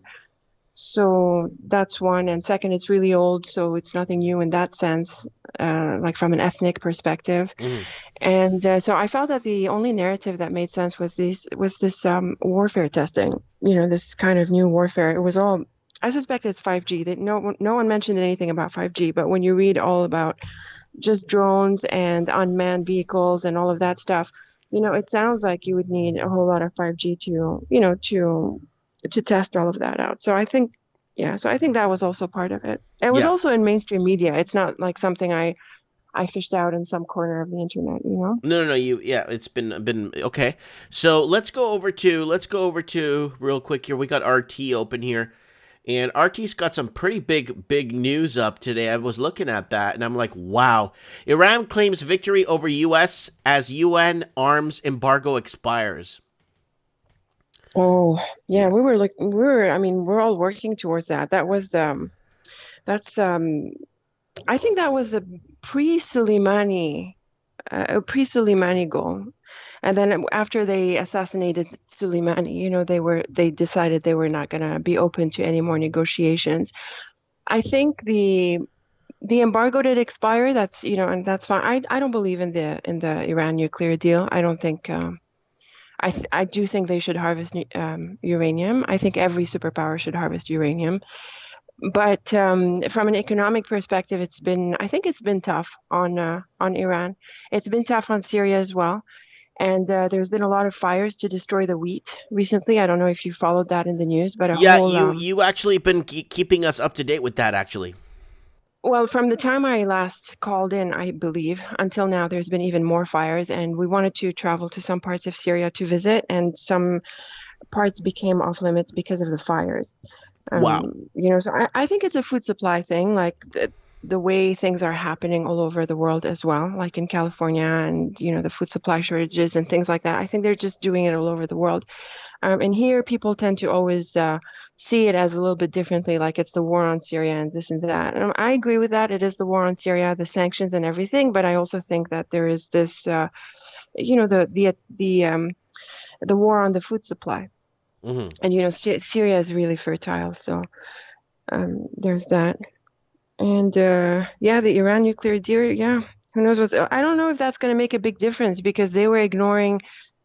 At some point, I think after the Soleimani assassination, they stopped really respecting the nuclear deal, because the U.S. doesn't respect international law either. So, assassinating Soleimani was a war crime on every international book, international standard. And so I think they stopped respecting the nuclear. I think now it's just really harvesting more uranium. But before now, they were trading oil. They're trading oil with Venezuela. I think they got gold for that. Mm-hmm. And they trade with Syria regularly.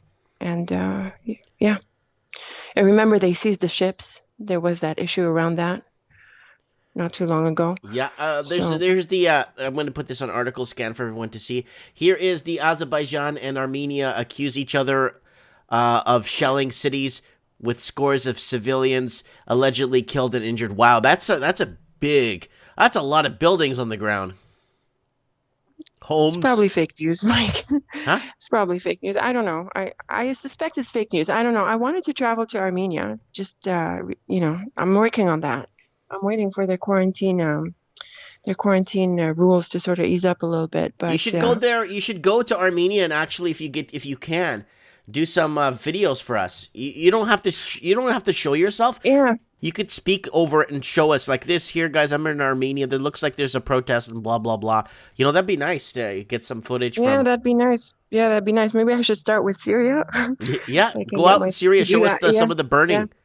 Yeah, I've been to Damascus recently, and I've driven by. Well, I haven't driven, but I've been around these areas, the post-war areas. I definitely want to get these on video for you, as well as the pretty stuff, not just the war. But yeah.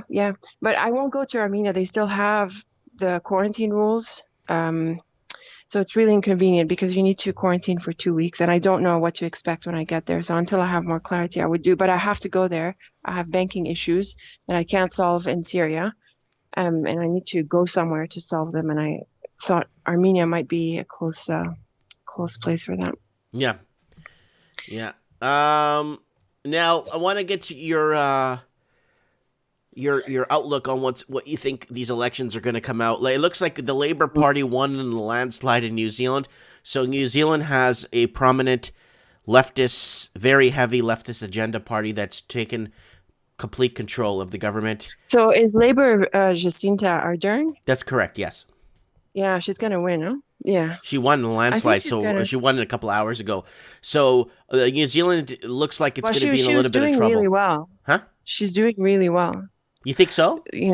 Yes, absolutely. From a New World Order agenda perspective, she checks all the boxes really smoothly. She does much better than Trudeau. I think Trudeau screws up every so often, and he's clunky and he's idiotic. But I think Jacinta Ardern is a lot more, she's smoother and she's more elegant, and she checks all the boxes. I don't know. She does really well, so it wouldn't surprise me that they'll keep her.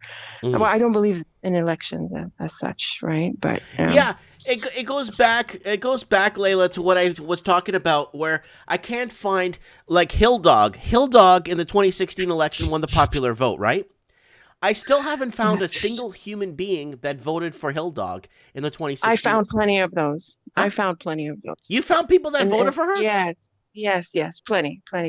Most people I know, Arabs, for example, who live in the U.S., told me of, people who voted there.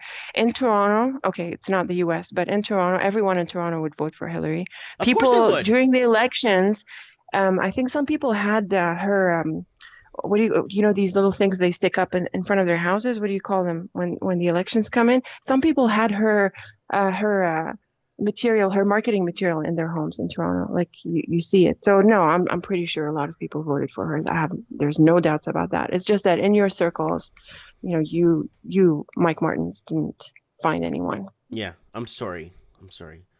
I tried my best. I guess these people just don't come on Mike in the Night. Right. Yeah, no, probably they don't. So Holy Home Run is 74 saying advance the globalist agenda in New Zealand. Anthony Ruvalakaba saying I'd most likely have to create a new party, draw up a new party legislation, and go door to door gaining support. Dictator Dan is saying no election can save Australia from mass immigration. I don't think there's going to be much mass immigration anymore, other than Chinese in Australia. Mm-hmm. Mm-hmm. There's a conspiracy theory. I don't know if it's true. A lot of people talk about this. They talk about what's it called, the Ice Age and the solar minimum thing. Mm-hmm. So Grand it appears that right. So it appears it's going to affect China and Canada big time, and Russia. And so China's been focusing on Australia a lot because it seems that Australia is going to genuinely become China, not just invaded by China or invaded through the back or bought by China. But it appears that there's a conversation that China's actually going to move into Australia, like literally. So I don't know how true that is, but Well, it's been yeah. happening. I even Some made a people video on talk- my yeah. channel. If you go to my channel and look it up, it's called "Will Australia Exist in 30 Years?" Yeah, probably not. Yeah. Probably not. Yeah. Yeah. So that's and then Canada's getting that too. And Trudeau, your friend Trudeau, is trying to get 300,000 Canadians. Well, they're not Canadians because they've never been to Canada, but they're Canadians. They have Canadian citizenship living in Hong Kong, but they've never been to Canada. But he wants them to get them over here right away. They have citizenship. They have Canadian citizenship while being in Hong Kong. Yes, they could apply for it in Hong Kong and get it, Oh, they and just can hold apply on for to it. it. Okay. Okay. Oh, they can get it and hold on to it. Yeah, in Hong Kong. Yeah. Oh, Well, if you have lots of money, you could get anything and hold on to it. well, I guess it's because they would have invested in Canada or something, or is that just No, a no, new no, no. rule? They just apply for Oh. citizenship online and get approved, and that's it. Okay. Wow. Progress. Okay. Yeah, well, that Canada sold out. Canada. That's why when you go down to like Vancouver now, it's really transformed. It's so different. It's so everyone that's from California that's been to Vancouver says it's like California. It's the same thing. Empty city, empty shell, empty homes everywhere. The glitz and the lights and the attraction is gone. You know. Yeah. Some people were talking about the homeless crisis in Vancouver. That there's Oh, they're all there's a dying of bit of opioids and fentanyl. right. We're Right. getting There's a more bit of a people San in 1 month Francisco dying of thing. fentanyl overdoses in Vancouver than has died of COVID in all of Canada. Yeah, that checks a box too. That's Yeah. a goal. Yeah. It's terrifying what's happening in Canada. I don't know if anyone is worried, but it's so not good. I can't, I can barely get my head around. And the U.S. is even worse, actually. The U.S. is worse. These internment camps, I don't know. They sort of made a wave, a 2-minute wave last week, and now no one's talking about them. That's fine. And the lockdown is underway in Toronto, certainly, in the GTA and in parts of Ontario. Ottawa's locked down, Toronto's locked down, and now a couple more. I think the regions, they're locked down. Mhm. And that's going to cause another wave of bankruptcies. Where are the bankruptcy figures in Canada? I can't find them. There isn't really a proper figure about how many businesses are going out of business. I read a number of 15,000. That doesn't sound right. 15,000? Yeah, that Maybe doesn't per sound week. right at all. Yeah, that's right. Someone, I think, who was it? I think the Money GPS finally pulled off a number about Toronto that on Bay Street, about 40% of the stores on Bay Street were closed. Yesterday there was this protest, and Noble Savages filmed the whole thing, and I had him on the show the first hour. We have the whole video up. We were playing it. Yes, yeah. So you saw when they walked down Bay Street. Yeah, so you sort of picked up how some of these stores closed down as well. I was So it asking them sounds about like that. Are they closed down? They're like, yeah, most of them are Yeah. just closed. Yeah, yeah. So 40% is the figure. I think maybe more is on the way. I don't know. It's just Well, a the nightmare. taxation's It just too looks high. They really raised bad. property taxes. Do you remember before COVID I remember you watching a few times trends in the housing market where property tax was $240,000 a year for a restaurant in Toronto? Yeah, that was in Toronto. Oh, yeah. That one Remember that was that? in the downtown. Well, it is Yes. before COVID. It got unaffordable. People just couldn't afford to live anymore. Yeah, or yeah. And you know operate. what? That fine November in 2019, remember, Mike? Last November, 17,000 people were unemployed or fired in Canada. Yeah, That we was a were losing change. jobs left, right, and center. I remember this. Right. I remember this, Laila. And then our government says, "Oh, we've recovered so many jobs this next month. We have a good." It was all public sector jobs. We don't want government jobs. Yeah, no, of course not. Wait till UBI kicks in. I sent you this link for I can't this, open it. UBI. You cannot? I cannot open it. Oh, that's bizarre. You should really look at that. I can't open it. It won't let me open it. It says I could open it right now for you. It says this link is not allowed or something is blocked. But it's a .ca website. Okay, let me go back. I'm gonna open it right now. It says this link It's, is not. I see the picture in the link. I see it here. Let me go here real quick. Let me go see here. Chat. Yeah, 8 ways universal. I go to it. Oh, it works. It didn't Oh, open good. before. It said there was something wrong with the Okay, link. good. Okay, Okay, here it good. is. So let me go to article scan here real quick to show everybody how to pay for recovery UBI. 8 ways to pay for recovery universal basic income. There is no question that basic income is affordable. We could provide a guaranteed minimum income of $1,400 a month to all working age adults with just 3% 3% GST increase. Whoa, 3% GST. You know, the problem is the GST was created to pay off our deficit, not our people. And they were supposed to scrap the GST. You know that, right, Laila? Oh, there's a lot more you're going to read on that list. I think, did you just click open one of those plus signs on the, is that what you did, Mike? I'm not watching your screen. Oh, okay. No, I'm just looking at what it says here, 8 ways to recover universal basic income. So I think they're drop down, these plus signs are drop down thingies. The last one, if I got that right, the last one has a scary list of all the things that could be put in for UBI. I think they would do all of them, honestly. I don't think Whoa! Revenue raised, land value tax, corporation and economic activity to pay more. High income earners pay more. Reduce current government expenditures. Tax environmental degradation, use of commons. Microtax. What's a microtax? I think that was the one on financial transactions. So every time there's a banking transaction, they would tax it just a little bit, and that would accumulate a lot. I think they had a number of how many banking transactions happen in a day or in a whatever in Canada, and they would tax that. So obviously, with a digital currency on the table, that's going to work nicely. Wow. So here it is, and it goes into microtax, a federal compromise plan, bonus gross cost financing with no debt, no program cuts, using collection of taxes. Wow. I don't mind high incomers paying. Well, there's some high incomers already paying 40% tax. You know what's going to happen to our high income earners? They're just going to go to Philadelphia. They might.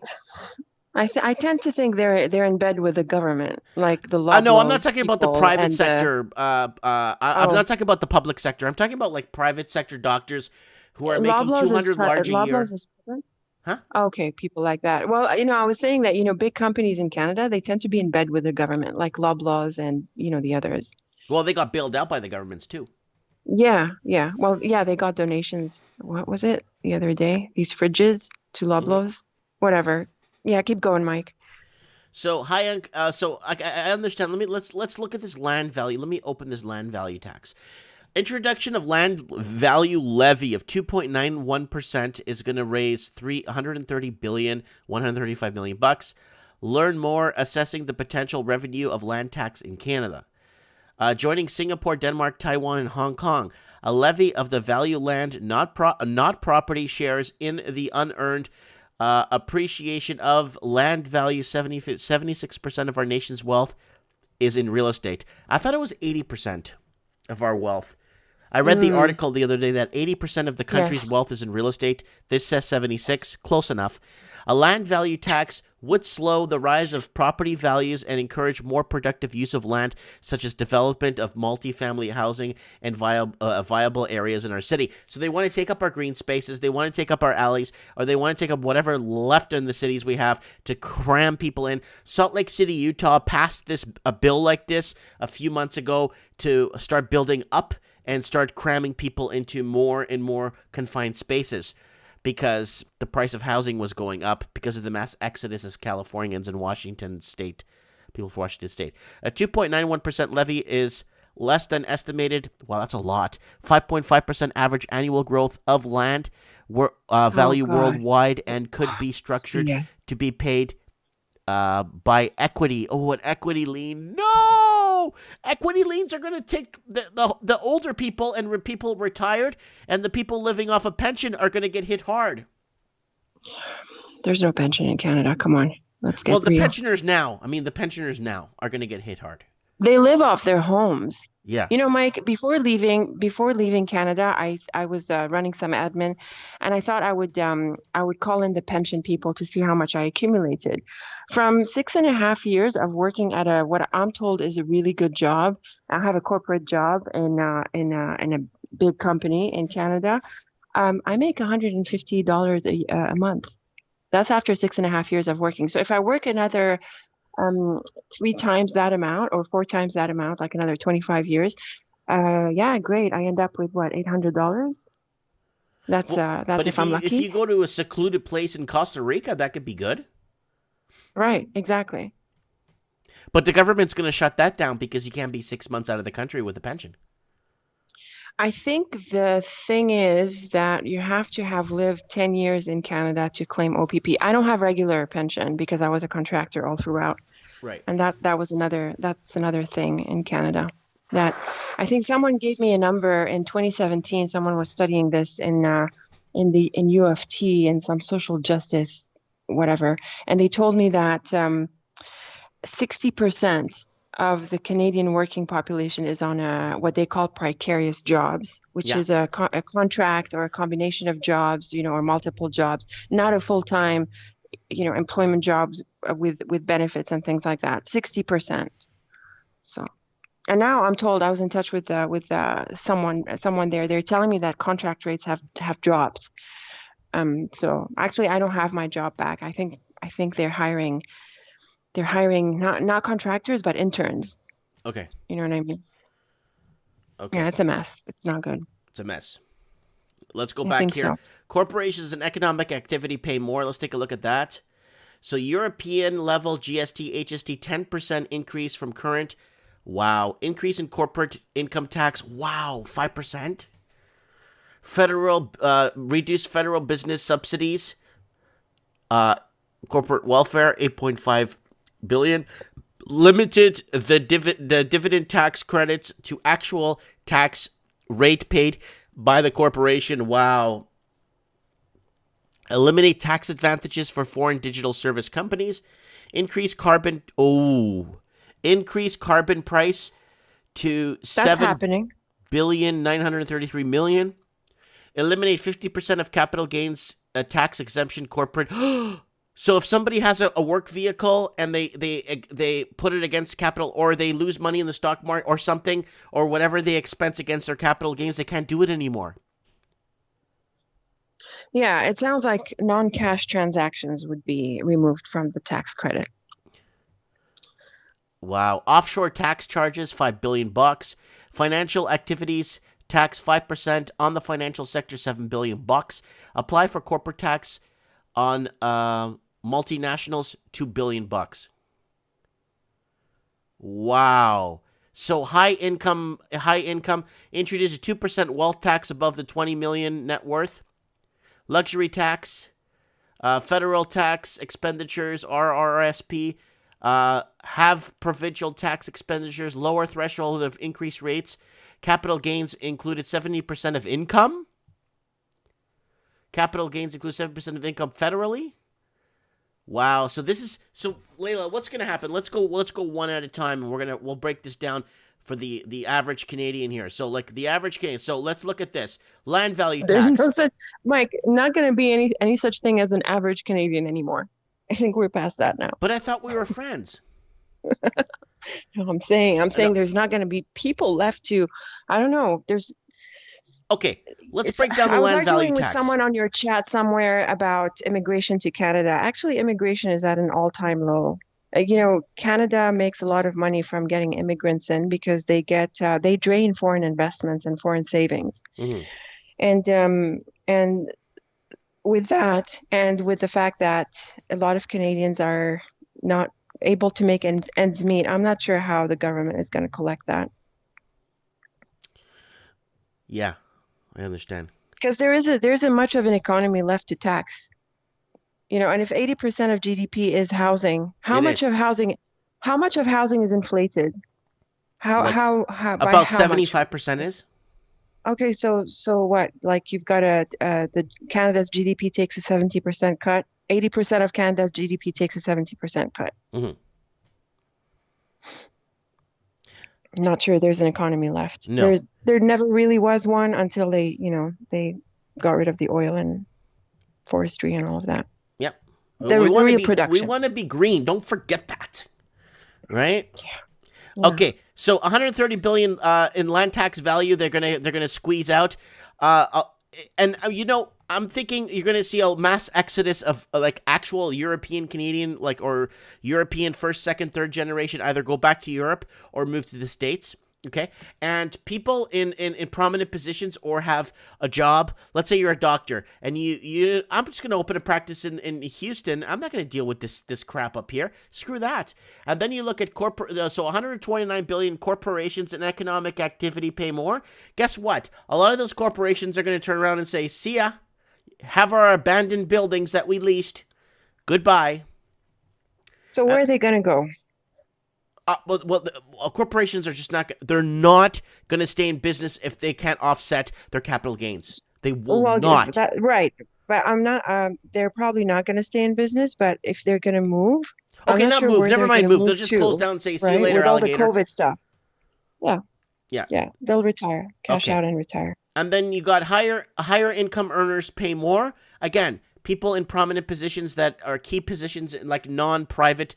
Nobody cares about public sector jobs. I don't care. But I'm talking about private sector jobs. People making real money, they're especially contractors and stuff, they're going to say, yeah, you know what? I think I'm going to stay home and live off UBI. It'll be cheaper than paying all this tax. You know what I'm saying? That's right. And then 147 to reduce current government expenditures. That's a pipe dream. They're going to spend more. I agree with that. 130 billion. Tax environmental degradation, use of commons. What the hell does that even mean? Was that degradation? So the commons use. So commons, I think, is public goods. Anything that's considered owned by the public. Oh, it's talking about economic forestry, economic rent in publicly owned fisheries, economic rent in mining rights, so it's going to destroy all our private sector jobs in the mining industry too. If it's not already owned by China. I'm not sure. Oh, okay. Sorry, I have to. Yeah, and then what the hell's a microtax? 160 billion bucks. Financial transaction payment of 0.2%. Tax on financial. You're right. You told us this earlier. A tax on financial transactions undertaken within Canada payments. People are just not gonna. They're gonna.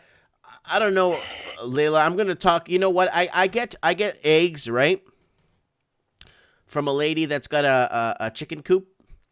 I get my milk from somebody that gets it, and we just trade stuff. That's super cool. Yeah. I can see them interfering with that, but financial transactions, there's a whole lot they can tax there, right? So anytime an employee gets their salary deposited, anytime you pay by credit card, anything, there's like billions of financial transactions. Yeah. So that's that's a lot of money they can tax right there. A federal compromise plan, 129 billion. What the hell is that? Okay, 5% federal GST increase. Wasn't it? Didn't you just read it was 3% somewhere? Now they're saying it's 5%. No, that's provincial tax. Okay. Oh, okay. So 5% federal GST increase, 36 billion, 691 million. Limit the dividend tax credits to actual tax rate paid by the corporation. Wow. Capital gains included 70% of income federally. What? That's going to destroy Canada's private sector. Well, yeah. They're working towards becoming a communist state. I think that's pretty clear. They only care about public jobs. That's the only thing they talk about. Well, public jobs are not going to fund the private sector. The World Bank is going to fund Canada, Mike.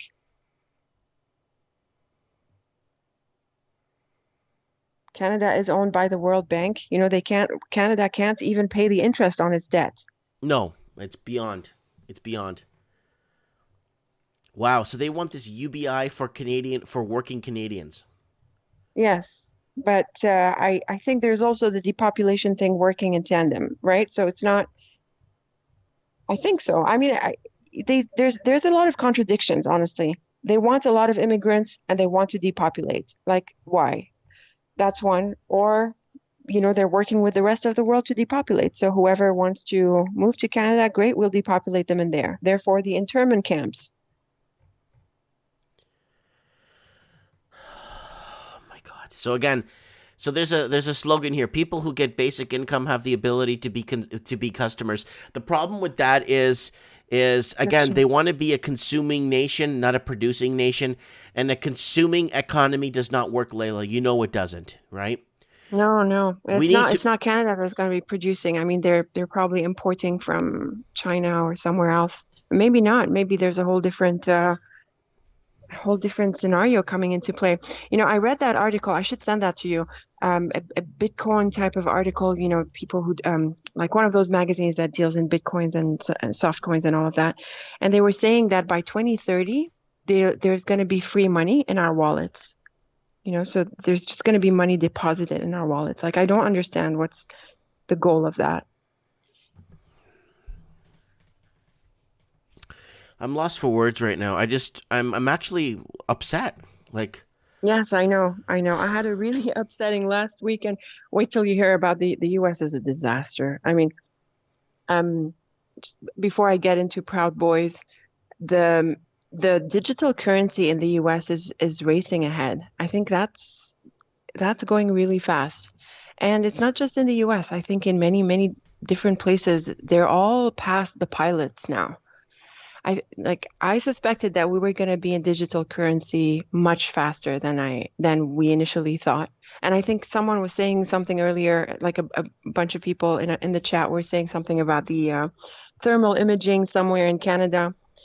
That's going to go really fast. The technologies are being rolled out really, really fast, and people aren't paying attention. And then there was this Armenia-Azerbaijan war, and I'm pretty sure that's 5G warfare. I think that was a test, So that's just, it's ugly. It's going to happen fast, really fast. And there's a new date now by the fall of 2021. Bill Gates and then everyone else, they're along the same narrative. Hold on a second. That's when the pandemic is going to end, or that's when things are going to go back to whatever normal. Can I ask one question? Yeah, sure. Is Bill Gates the guy that can't do 10 push-ups? I don't know. I can do 10 push-ups. Huh? I manage 10 push-ups. Yeah, he doesn't look very fit to me, but yeah. He's a World Health Minister or some crap like that? God. Yeah, I don't know where it's all leading, but in the past few weeks, I felt there was another wave of acceleration. Like, I was just looking at just reading the news, like there was a new spike in how fast all of this is going. Mm-hmm. Digital currencies are going to be rolled out very, very soon. Once, probably before the end of 2021. Why not? Yeah, they might introduce the Amero. The Ameros are on the back burner again. The Amero is United States, Mexico, and Canada having one currency. But the problem is if they open, let's say they won't open the borders though, but if they did open the borders, let's say they did, all of Canada will, or European Canadians will move to the States, right? To the more conservative states, right? And it's going to be all weird. If they did that. But I don't think America will open the border to Canada. I don't think so either. I don't see why the U.S. needs to take on that much more pressure. I don't see why they would make it easy. Mm-hmm. And I think there would be agreements between them to manage the flows of people like they do now. I think there would be an open border, like Canada would be open to the U.S. regardless, like they always are. But they're closed now to the U.S. Oh, are they? I thought they were open. Yes. Okay. No, yeah, they're being tight. You can travel. You can travel by air. You can travel by air if it's essential travel or whatever case. I don't know how that goes, but they've been pretty clear about like in the West, I think, where there's a crossing between the U.S. and Canada. I think they've stopped a few people, and they make news about it every time. Of course, like they have to make it sound like Americans are desperate to make it into Canada. They're not. I think that's under control right now. Mm-hmm. But I don't know. Okay, continue, Mike. No, I just wanted to throw that out there.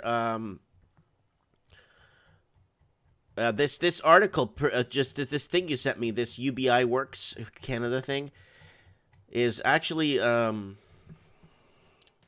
throwing me for a curveball right now. Just really. Yeah, I know. It's heavy. It's heavy-handed. Yeah, I felt the same way too. Yeah, it's not. The problem is, Laila, a lot of people don't understand that no country will take in Canadians. If Canada if people are, let's say, income migrants where they just can't make enough money to live in their own country, or they're housing migrants, they just can't afford to own anything in their own country, no country is going to take them in. Like with the Canadian passport, I mean, there's nobody. Like, you go to anywhere, Swahili, you go to Australia, there's like, you don't take any other country with open arms like Canada's taking in people. Yeah, it's part of the plan, Mike. It's part of the plan. I don't know why Canada specifically, but I think for a while, I mean, Europe is very much like that. I mean, Germany has been taking in millions of Syrians, millions. Get Syrians to understand who's behind the mass migration. Europe is overwhelmed. Australia has been a bit like Canada for a while. Mm-hmm. The US has taken in the most immigrants in the world. Mm. Mm. They didn't take Like me the when I rate. applied. Yeah, they're weird. Yeah, the US is tricky. Yeah, they're very, very Bizarre. tricky. Yeah. Yeah, it is what it is, right? Because I wanted to run from Canada a long time ago, because I already knew. I seen it a long time ago. It's like, I gotta get out of, I can't get out of, I mean, next step, I mean, if the poop hits the fan, we just go back to the Azores, right? Well, I hope you'll be able to.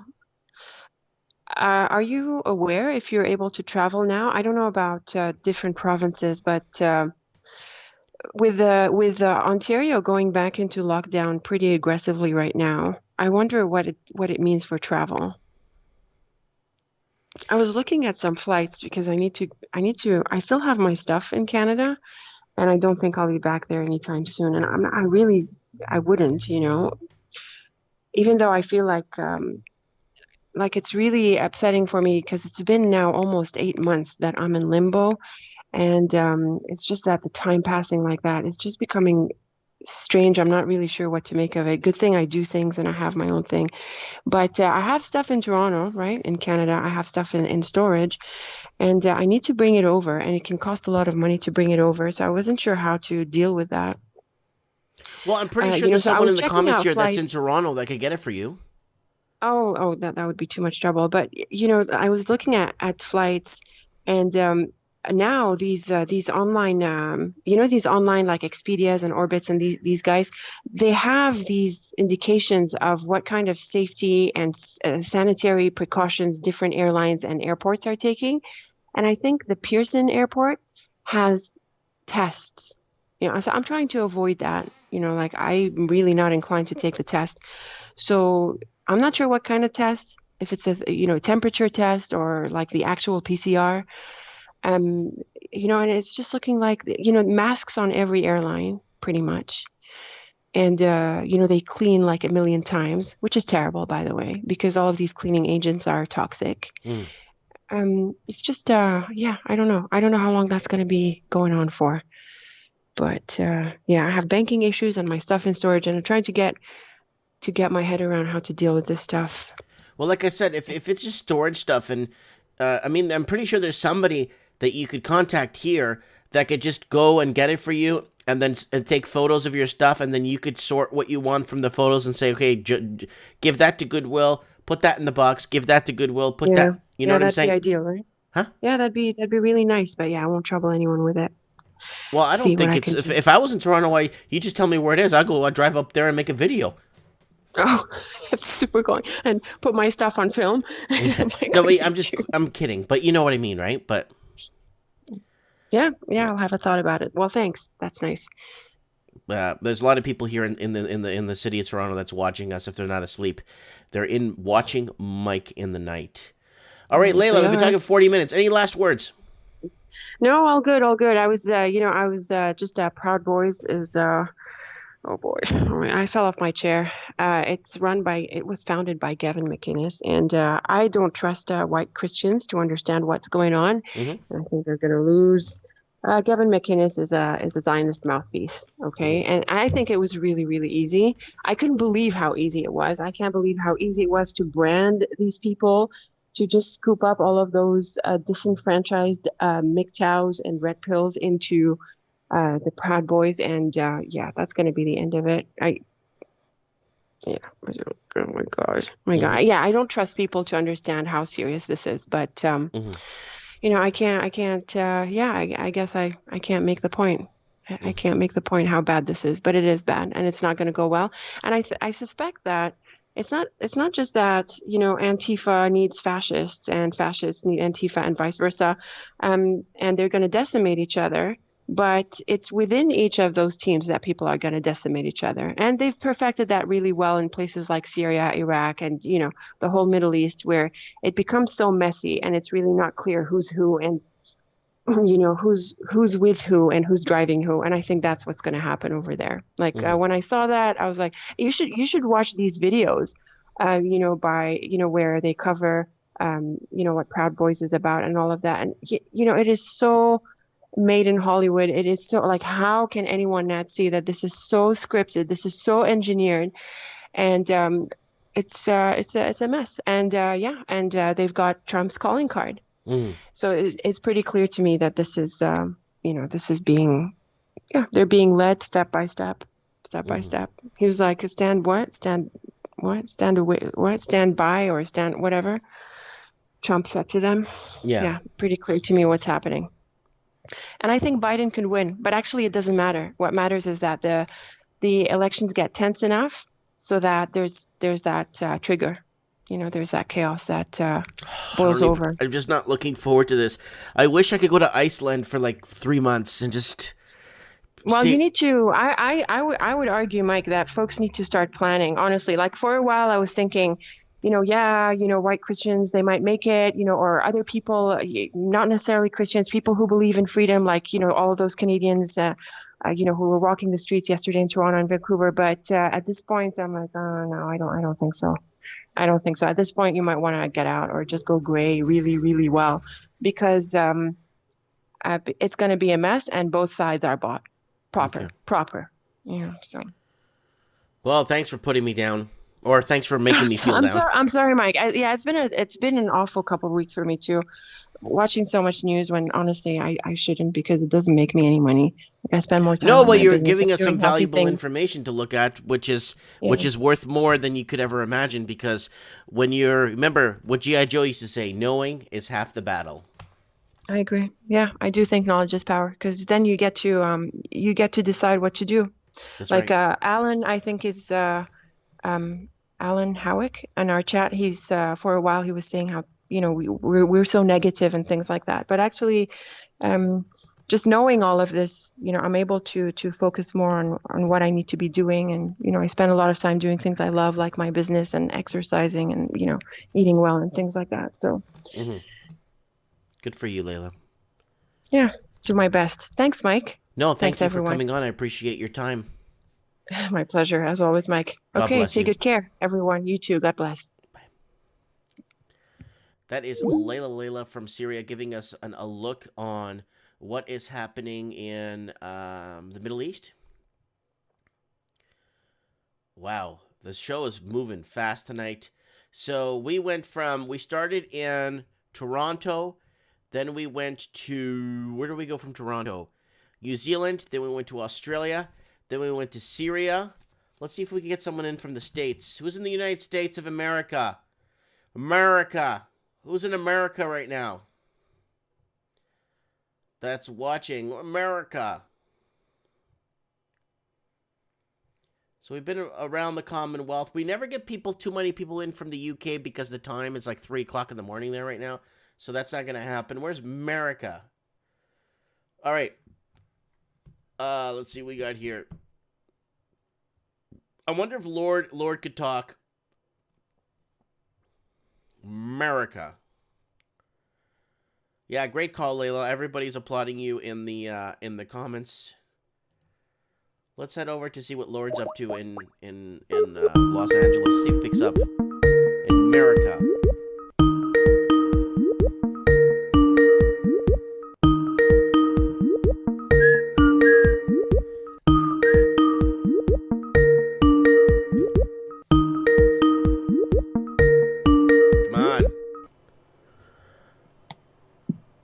Yo, I've been trying to reach you. A lot tougher to get than the president. Hey, was you get a little hot with that jacket on there, Mikey? Yeah, the jacket was warm. That's my Wanderer's jacket, dude. What's the temperature there right now? I don't know, like 15 centigrade. It's still hot as blazes here, man. Yeah, I know California's hot because I spoke to Dano. You know Dano, the art guy? I like Dano. Yeah, he made a really nice picture for me. I'm going to show you guys on Instagram. Yeah, this is my Wanderer's jacket. I like it. I like it a lot. Have you seen this movie? Yeah, I seen it. It's a little flick, man. Wanderers forever, man. When I walk down the street, a lot of boomers know this, or older people know that. And they're like, Wanderers forever, man. Right? So you know my hometown, right? Burbank? Yeah, so I went out last night, and you know that part in the original Star Wars movie when they go into where that cantina where all the aliens are and stuff like that? Yeah? That's what it's like, buddy. There was all kinds of Transformers and aliens. Wow, it was that bad? I swear, man. I saw one wearing this tight orange like jumpsuit, man, and I was trying to... And mass zombies everywhere, man. And all I wanted to do was have a beer and watch the Dodger game. You know what I'm saying? Okay. And everywhere, man. It's like the whole the city of Burbank police is going to start fining people for not wearing the mask outside, not just inside, but outside now. Like in these, and they had all this outdoor seating for the restaurants to be open. On the mall section, you know, they filled them all with like new restaurants. It was crazy, man. I just do not. It's like an alien world, bro. You know, and I don't know, man. It's too much. It's too much. I was saying in the chats that I'm gonna have to start doing drugs just to start, you know, stay sane again. Wow. Yeah. Wow.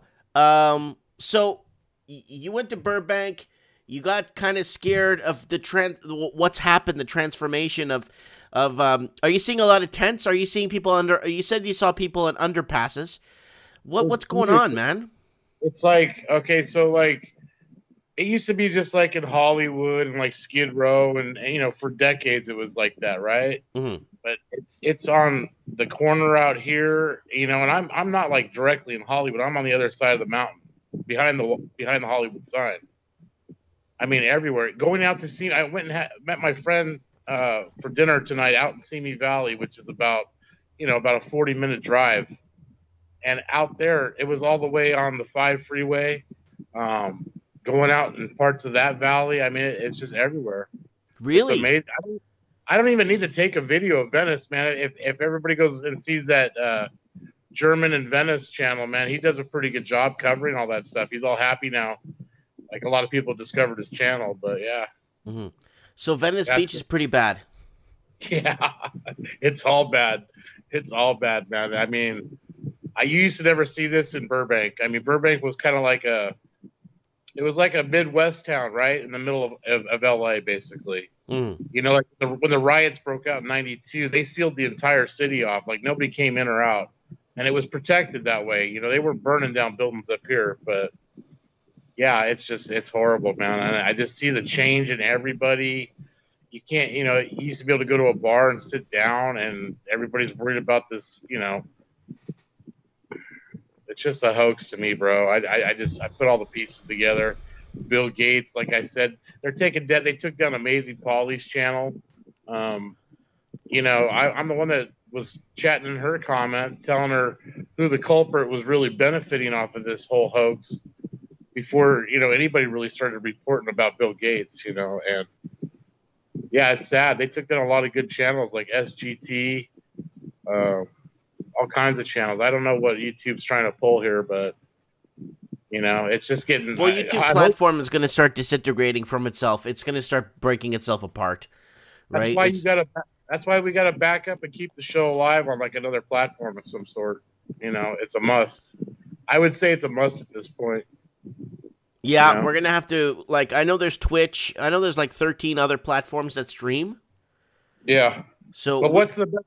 What's the best one is the question. You know, like there's certain functionality about YouTube. That's why everybody it became what it became. You know, it's somewhat user friendly, more user friendly. Well, YouTube was YouTube because it's you, not them. Right. Now it's them. Now it's them that are really censoring and censoring free speech. I gotta say, you know, what kind of BS is that, man? You can't even speak your mind freely. But that's very dangerous. That's not what America was founded on, man. You know. Hey, I want to ask you a question. When I had Laila on, what do you think of all the new taxation coming to Canada? It's just like they're trying to use taxation as a counterbalance for all the mess ups and the phony printing money. You know, they've done that forever, but the problem now is that they're killing the economy at such an alarming rate. It's killing all industry across the board, I think. You know, that's why tourism's wiped out, and they're trying to reset all this stuff. It has to do, you know, the whole LIBOR thing too is coming out right now. You know, the 80 trillion they're trying to reset. That's just 80 trillion, man. I laugh at that. I'm wondering when they're going to start resetting a quadrillion. Whoa! You know, because I mean, yeah, it's ones and zeros. You know, you're adding a zero to it. So at the end of the day, it's still worthless. You know, and you guys are talking about digital again. It's like it's even more worthless than fiat. You know, at least fiat, you got a piece of paper in your hand. You know. Yeah, with digital, you don't even have nothing. No, it's more worthless than worthless. It's the ultimate slave credit system, I would say. I mean, we've had a digital dollar forever, and people didn't realize it. It's called, you know, the credit markets. Right. You know, where does all that money come from? These so-called like Capital None and, you know, whatever major, you know, credit card extending credit. I mean, that money's just magically put there by who? Central banks, of course, right? So yeah, I mean, it's a big mess, man. I mean, you're just seeing the currency, any currency around the world is going to get destroyed by this. Mm-hmm. You know, and I think they're trying to counterbalance it with all, like, you know, the Kobe garbage and, you know, just industry in general, man. And it's been going on for years. Just like you know, we talk about the inflation and how wages have not kept up since the 70s. It's all part of it. The entire time, wealth never gets destroyed. It just merely gets pushed to different arenas, you know, and that's why gold and silver and, you know, they're the ultimate intrinsic saving value, you know, intrinsic value. That's why because it's the only thing that can actually extinguish a debt. You know, a lot of that debt is phony as well. Did you see that first article I read from Zero Hedge on how much gold, and if for 1 ounce of gold? Oh, you got to go back to the beginning of the show. There's a Zero Hedge article we looked at, and how much it's for every 1 ounce of gold that's made. The Fed created $940 million. Oh yeah, well, I mean, they did that even off the currency. They didn't even really need gold. That's once we got taken off the gold standard. The fractional reserve lending thing was that the bank could always loan out 9 times, right, of what it actually had in reserves, right? Reserves. No, but the problem is the debt bought buyback swaps are dangerous. So you lend money out to some guy to buy a car. You know he's not going to pay it back. He defaults on his loan. They take that money, they take it back to the Fed. The Fed buys it as a debt swap and gives them 10 times the value of the bad debt. Yeah, but I mean, originally it was the same thing as the fractional reserve lending, right? They would have a certain amount, but they could lend 9 times on that amount that they lend out. It's all about the loan, keeping the loan. That's what kept the creation of new money coming into the system, right? The money velocity that everybody talks about in the markets. Mm-hmm. You know, it was always the loan. It's the loans that they want. The banks are scared of not being able to make loans in the future after a currency collapse, because that's what keeps them in business ultimately. That's where they get their fees and everything else from under the sun, you know, and then the government comes in with the taxation arm, you that's how that old system kind of worked, and it kind of kept balance for a very long time. But it's just been so overblown now. I mean, you got all kinds of deficit spending, missing trillions of dollars, like Austin, what's her name? Austin Fitz from the Solari report talks about. Also, what's the guy from Michigan, Dr. Skidmore, right? They're both kind of working on that. What happened to the missing trillions of dollars from the past?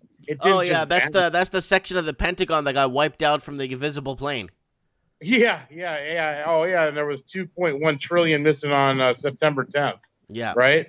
And only that section got hit. Yeah, like I know. We piece it together. We can't piece it too much together. We got to leave a little bit of suspense for our viewers, right? Yeah, and plus they'd probably pull us off for half the knowledge we all know now. Knowledge is dangerous, like Laila said. Laila said, knowledge is dangerous. It is, but it's power at the same time. So, I mean, you got to use that to your advantage. And that's what I would tell the average person. They need to wake up because they're living in la-la land. It's fantasy land, Disneyland is over. It's going to be a whole new world pretty soon. But don't comply. I would tell people don't comply. We need people to fight back. And if everybody's walking around like a dummy with a mask on, that's part of their ploy. It's about control. It's not about a virus, dude. A stupid mask is not going to protect you against any virus. I don't care what it is. Let me tell you something. There was a speaker meeting, like a speakerphone meeting with high up VPs for a company, and they were asking their workers and co-workers and stuff, how can they make climate change as effective as the COVID what we're going through now? How can they make climate change like that? Well, they tried for years with the junk scientists that got paid off for false data. It's all in the data, man. It's like those guys want to keep their jobs. Of course they're gonna. Oh yeah, climate change is real. This is real. Look, like we both know, if the sun was to explode tomorrow, I don't think we'd all be worried about climate change. Or if a super volcano went off, it would pretty much correct the Earth as far as climate change. All this stuff is politically driven, and it's driven into the entire politics system. It's the Republican versus the Democrat. No, what's his name? Jesse Ventura said it's the Democrips. Yeah, and the Republicans. The Republic Bloods and the Democrats or something like that. Yeah, he wrote a book on that. Yeah, I actually bought that book and read it. I have it upstairs. Did you? I bought it like 10 years ago. Yeah. There's a lot of good reading out there that people need to. I think reading books is good, and going back and reading old books is good because it gives you a more accurate depiction of what really the truth is, and it helps you kind of guide you through all the BS that you see now. But yeah, to me, it's all propaganda that's being digitized, and this whole fake system, like I said before, it's part of the illusion and the brainwash. Illusion, delusion, smoke and mirrors. Correct. If you go on Zero Hedge today and go down the 5th article, they have an article that says the smoke and mirrors are up. The smoke and mirrors illusion is up. The people in the crowd already know the trick. It's not a trick anymore. Yeah, it's not. Oh, speaking of the war in Armenia and what was it, Azerbaijan or whatever? Azerbaijan. In the 80s when I was growing up, there was a lot of Armenians that took over the town of Glendale, and they called it Glenmenia. But now they've moved into Burbank, and they're all flying the flags of Armenia, right? But be damned if you fly an American flag in an American city anymore. Oh no, that's treason. Yeah, you can't do that. So you can basically fly any other country's flag, but if you fly the American flag, that's complete treason against this new system that we have of social distancing and the new normal and being acceptable and not speaking freely. No matter, free speech used to be about even if you had racist views, it was okay. You know what I'm saying? Because that's part of free speech, right, for everybody. Not everybody's going to share the same views. So I mean, yeah, this is the change we're all accepting, and nobody's doing anything. No, I mean, there are some people like us that are standing up for individual rights and freedoms of speech, but you have to defend all that stuff. I mean, that's the problem, is that most people don't have it in them to defend somebody's opposing viewpoints, or no matter how bad it is. You know what I'm saying? Mm-hmm. They should still be free to have those thoughts and speak freely how they feel, because they might be screwed up in the head, but that's the way they feel. And that's kind of what I swore to when I joined the U.S. military way back when. It was, for me, about protecting common law and the constitutional right. And Edward did a good job. He was talking about the Admiralty law, and he wanted to know if I learned that stuff in school. No, all this stuff I bring to Mike in the Night is research over 25 years. I started waking up after the event that happened on 9/11, 2001. And I broke it all down, and I put it all back together. It's like a giant puzzle. But when they're pulling people that are speaking the truth off of YouTube, like Amazing Polly, and she speaks a lot of truth, man, and that's why they took her off. I would say she spoke probably more truth than a lot of these other channels that they went after. I'm really kind of disappointed about that. I'm sorry to hear that. Well, we're trying our best to stay below the radar, or fly below the radar. Our channel's small. There's nobody on here. There's us, our group, us. And I think YouTube has us in a plethora of at the bottom. So they don't even look at our channel, because there's it doesn't have any traffic. So they're like, whatever, leave them up, right? Like, who cares about this? Huh? Yeah, exactly. I mean, we just talk about all kinds of things. It's not necessarily one thing or the other. That's what's great about it too. Yeah, somebody is saying Amazing Polly got taken off. Oh my God. Yeah. There was another channel that I know. There's a girl. Her name's Rachel Reenstra. She's also on there. She used to work for ABC Wildlife Docs. And she had a whole video done on her channel today about all the different videos, and she's kind of standing up against Hollywood, speaking her mind freely, which I appreciate and enjoy. That's why I support her. But yeah, go check her channel out too. It's pretty good. Yeah, I will, for sure. Try and get some of these people to come on our channel. I've been messaging people all week, and I haven't gotten any luck yet, so I'm just going to keep going. And the problem is they see a small platform, they don't want to deal with it, type of thing.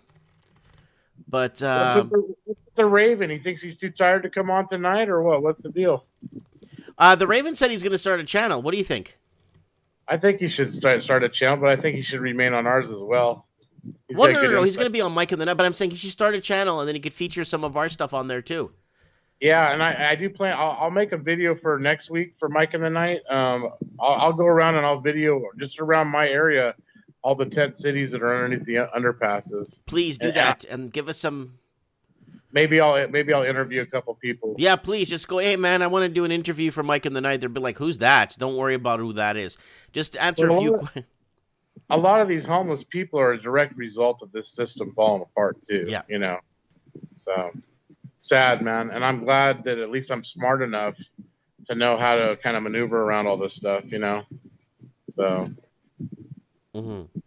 But all right, man. Well, I think that's probably pretty good, don't you? Yeah, man. I appreciate your update, man. Yeah, I don't like to stay on too long. Because I like to get more callers on. I haven't heard from Supreme for a while. No, he was on the week before. I know, but I like to hear what's going on up there in his neck of the woods. Yeah, we will. We're winding down the show right now. We're going to get next week. Let me tell you next week's lineup. If we don't get a big guest, we're going to have Hitting Stacks. Hitting Stacks. We'll get Hitting Stacks on. We'll get Supreme Cannon on, the Raven on.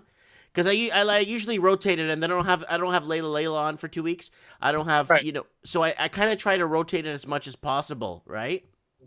Yeah. Yeah. Yeah, definitely. How about any other big guests? Johnny Bravo's been talking to me for a while now. Isn't Johnny Bravo one of those auditors that goes around? No. No? Jay Bravo?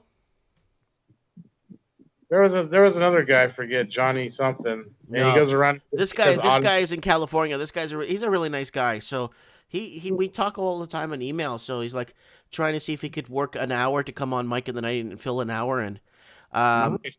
Yeah. I think he's close to, I think he's over 100K subs. And then I got that other guy. I tried to get the Canadian prepper to come on. I emailed him a few times. He's never mailed me back. Kind of a joker, dude. He doesn't know much about survival, anyways. If you want the truth, man, seriously, yeah. I tuned that guy a long time ago. I mean, there's much better if you want real survival situations and prepping things.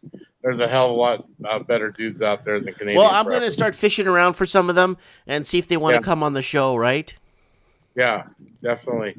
Yeah, but we got a good thing. I mean, we got a family, I think, on this channel, and it's a good thing, man. And let's try to keep it alive and well and going as long as we can. Yeah, that's a good idea, because then we'll have nowhere to go. Exactly. Where else are we going to go? Right? All right, Lord. Thank you so much for your updates, and we'll talk soon, okay? God bless you. Yeah, God bless, brother. Thank you. Goodbye. Bye. That is Lord Humongous in Los Angeles. Guys, next week's lineup, we're going to we're going to get Tommy Stacks on. He wanted to come on tonight, but I already passed my 3-hour... we'll get you on next week. We're going to get on the Raven, Supreme Cannon. Oh, and we got to get Sean Lieberman back. Not Sean. Yeah, Sean Lieberman could come on, but we need to get, what's his name, back on next week. Liam. Yeah, Liam's in the UK now. He's sleeping. Shoot. Yeah, and Blunt, we can get Blunt. Yeah. Guys, I want to... Guys, don't go anywhere. Don't go anywhere yet. I want to show you something here. Please. Please, please, please, please. Okay, there's going to be... I want you guys... This is way down the road. This is on Halloween.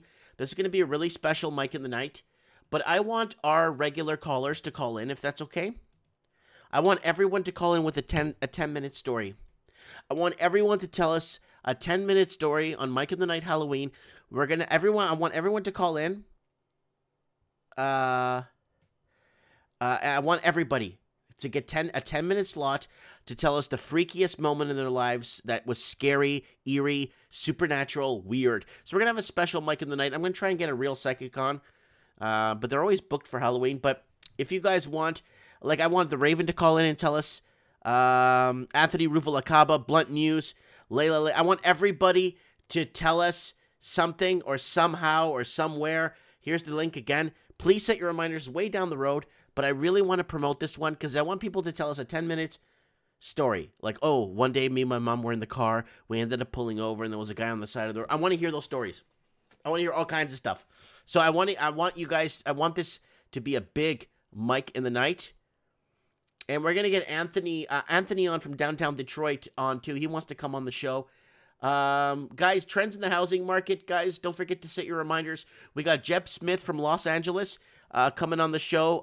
Los Angeles real estate agent. And we got Michael Invests from Australia coming on.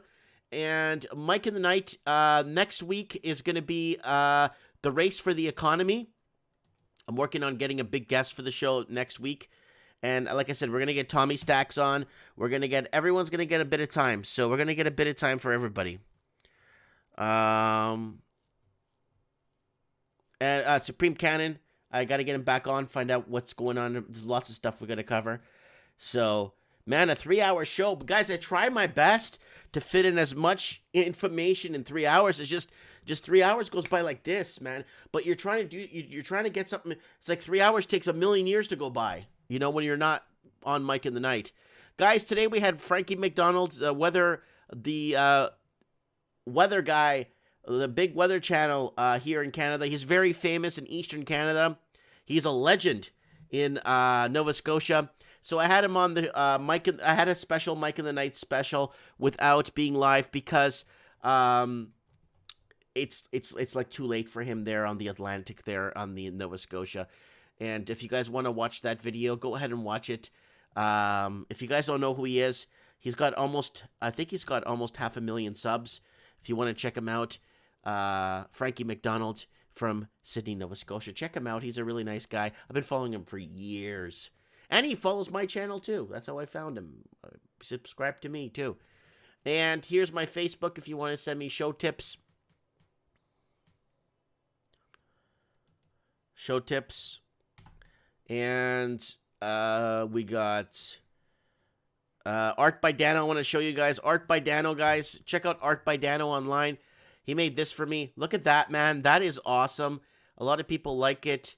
A lot of people, 27 people like this. I don't have many people on Instagram, but that's good. He's got the YouTube police here. He's got trends in the housing market here. He's got a set of dice here. He's got the Raven right here. Yeah, that's a nice photo, man.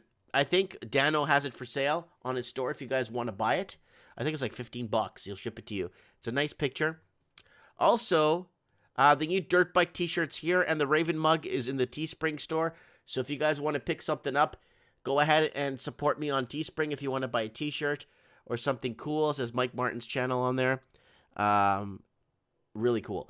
Let me know what you guys think in the comments below. I look forward to reading your comments. So we're gonna get we're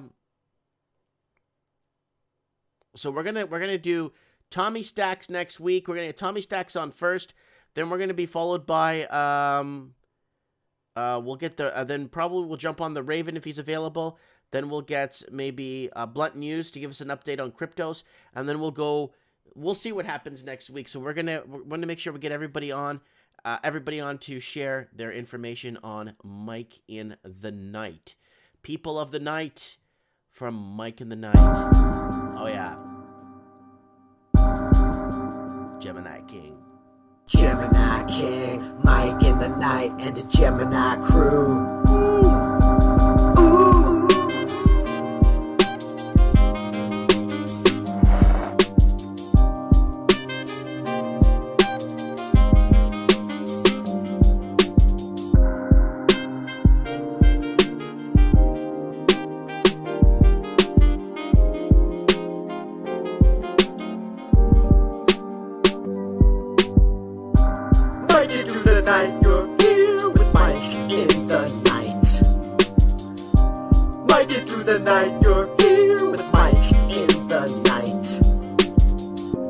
Let's just talk about the world. Give this page another turn, 'cause you're here with us tonight. Everything's alright when you're here with Mike in the night. Mike it through the night, you're here with Mike in the night. Giving the world light when you're here with Mike in the night. Mike it through the night, you're here with Mike in the night. Look at this guy. Sometimes things are just absurd, so let's just talk about the world, 'cause you're here with us tonight. Mike it through the night, you're here with Mike in the night. Mike it through the night, you're here with Mike in the night.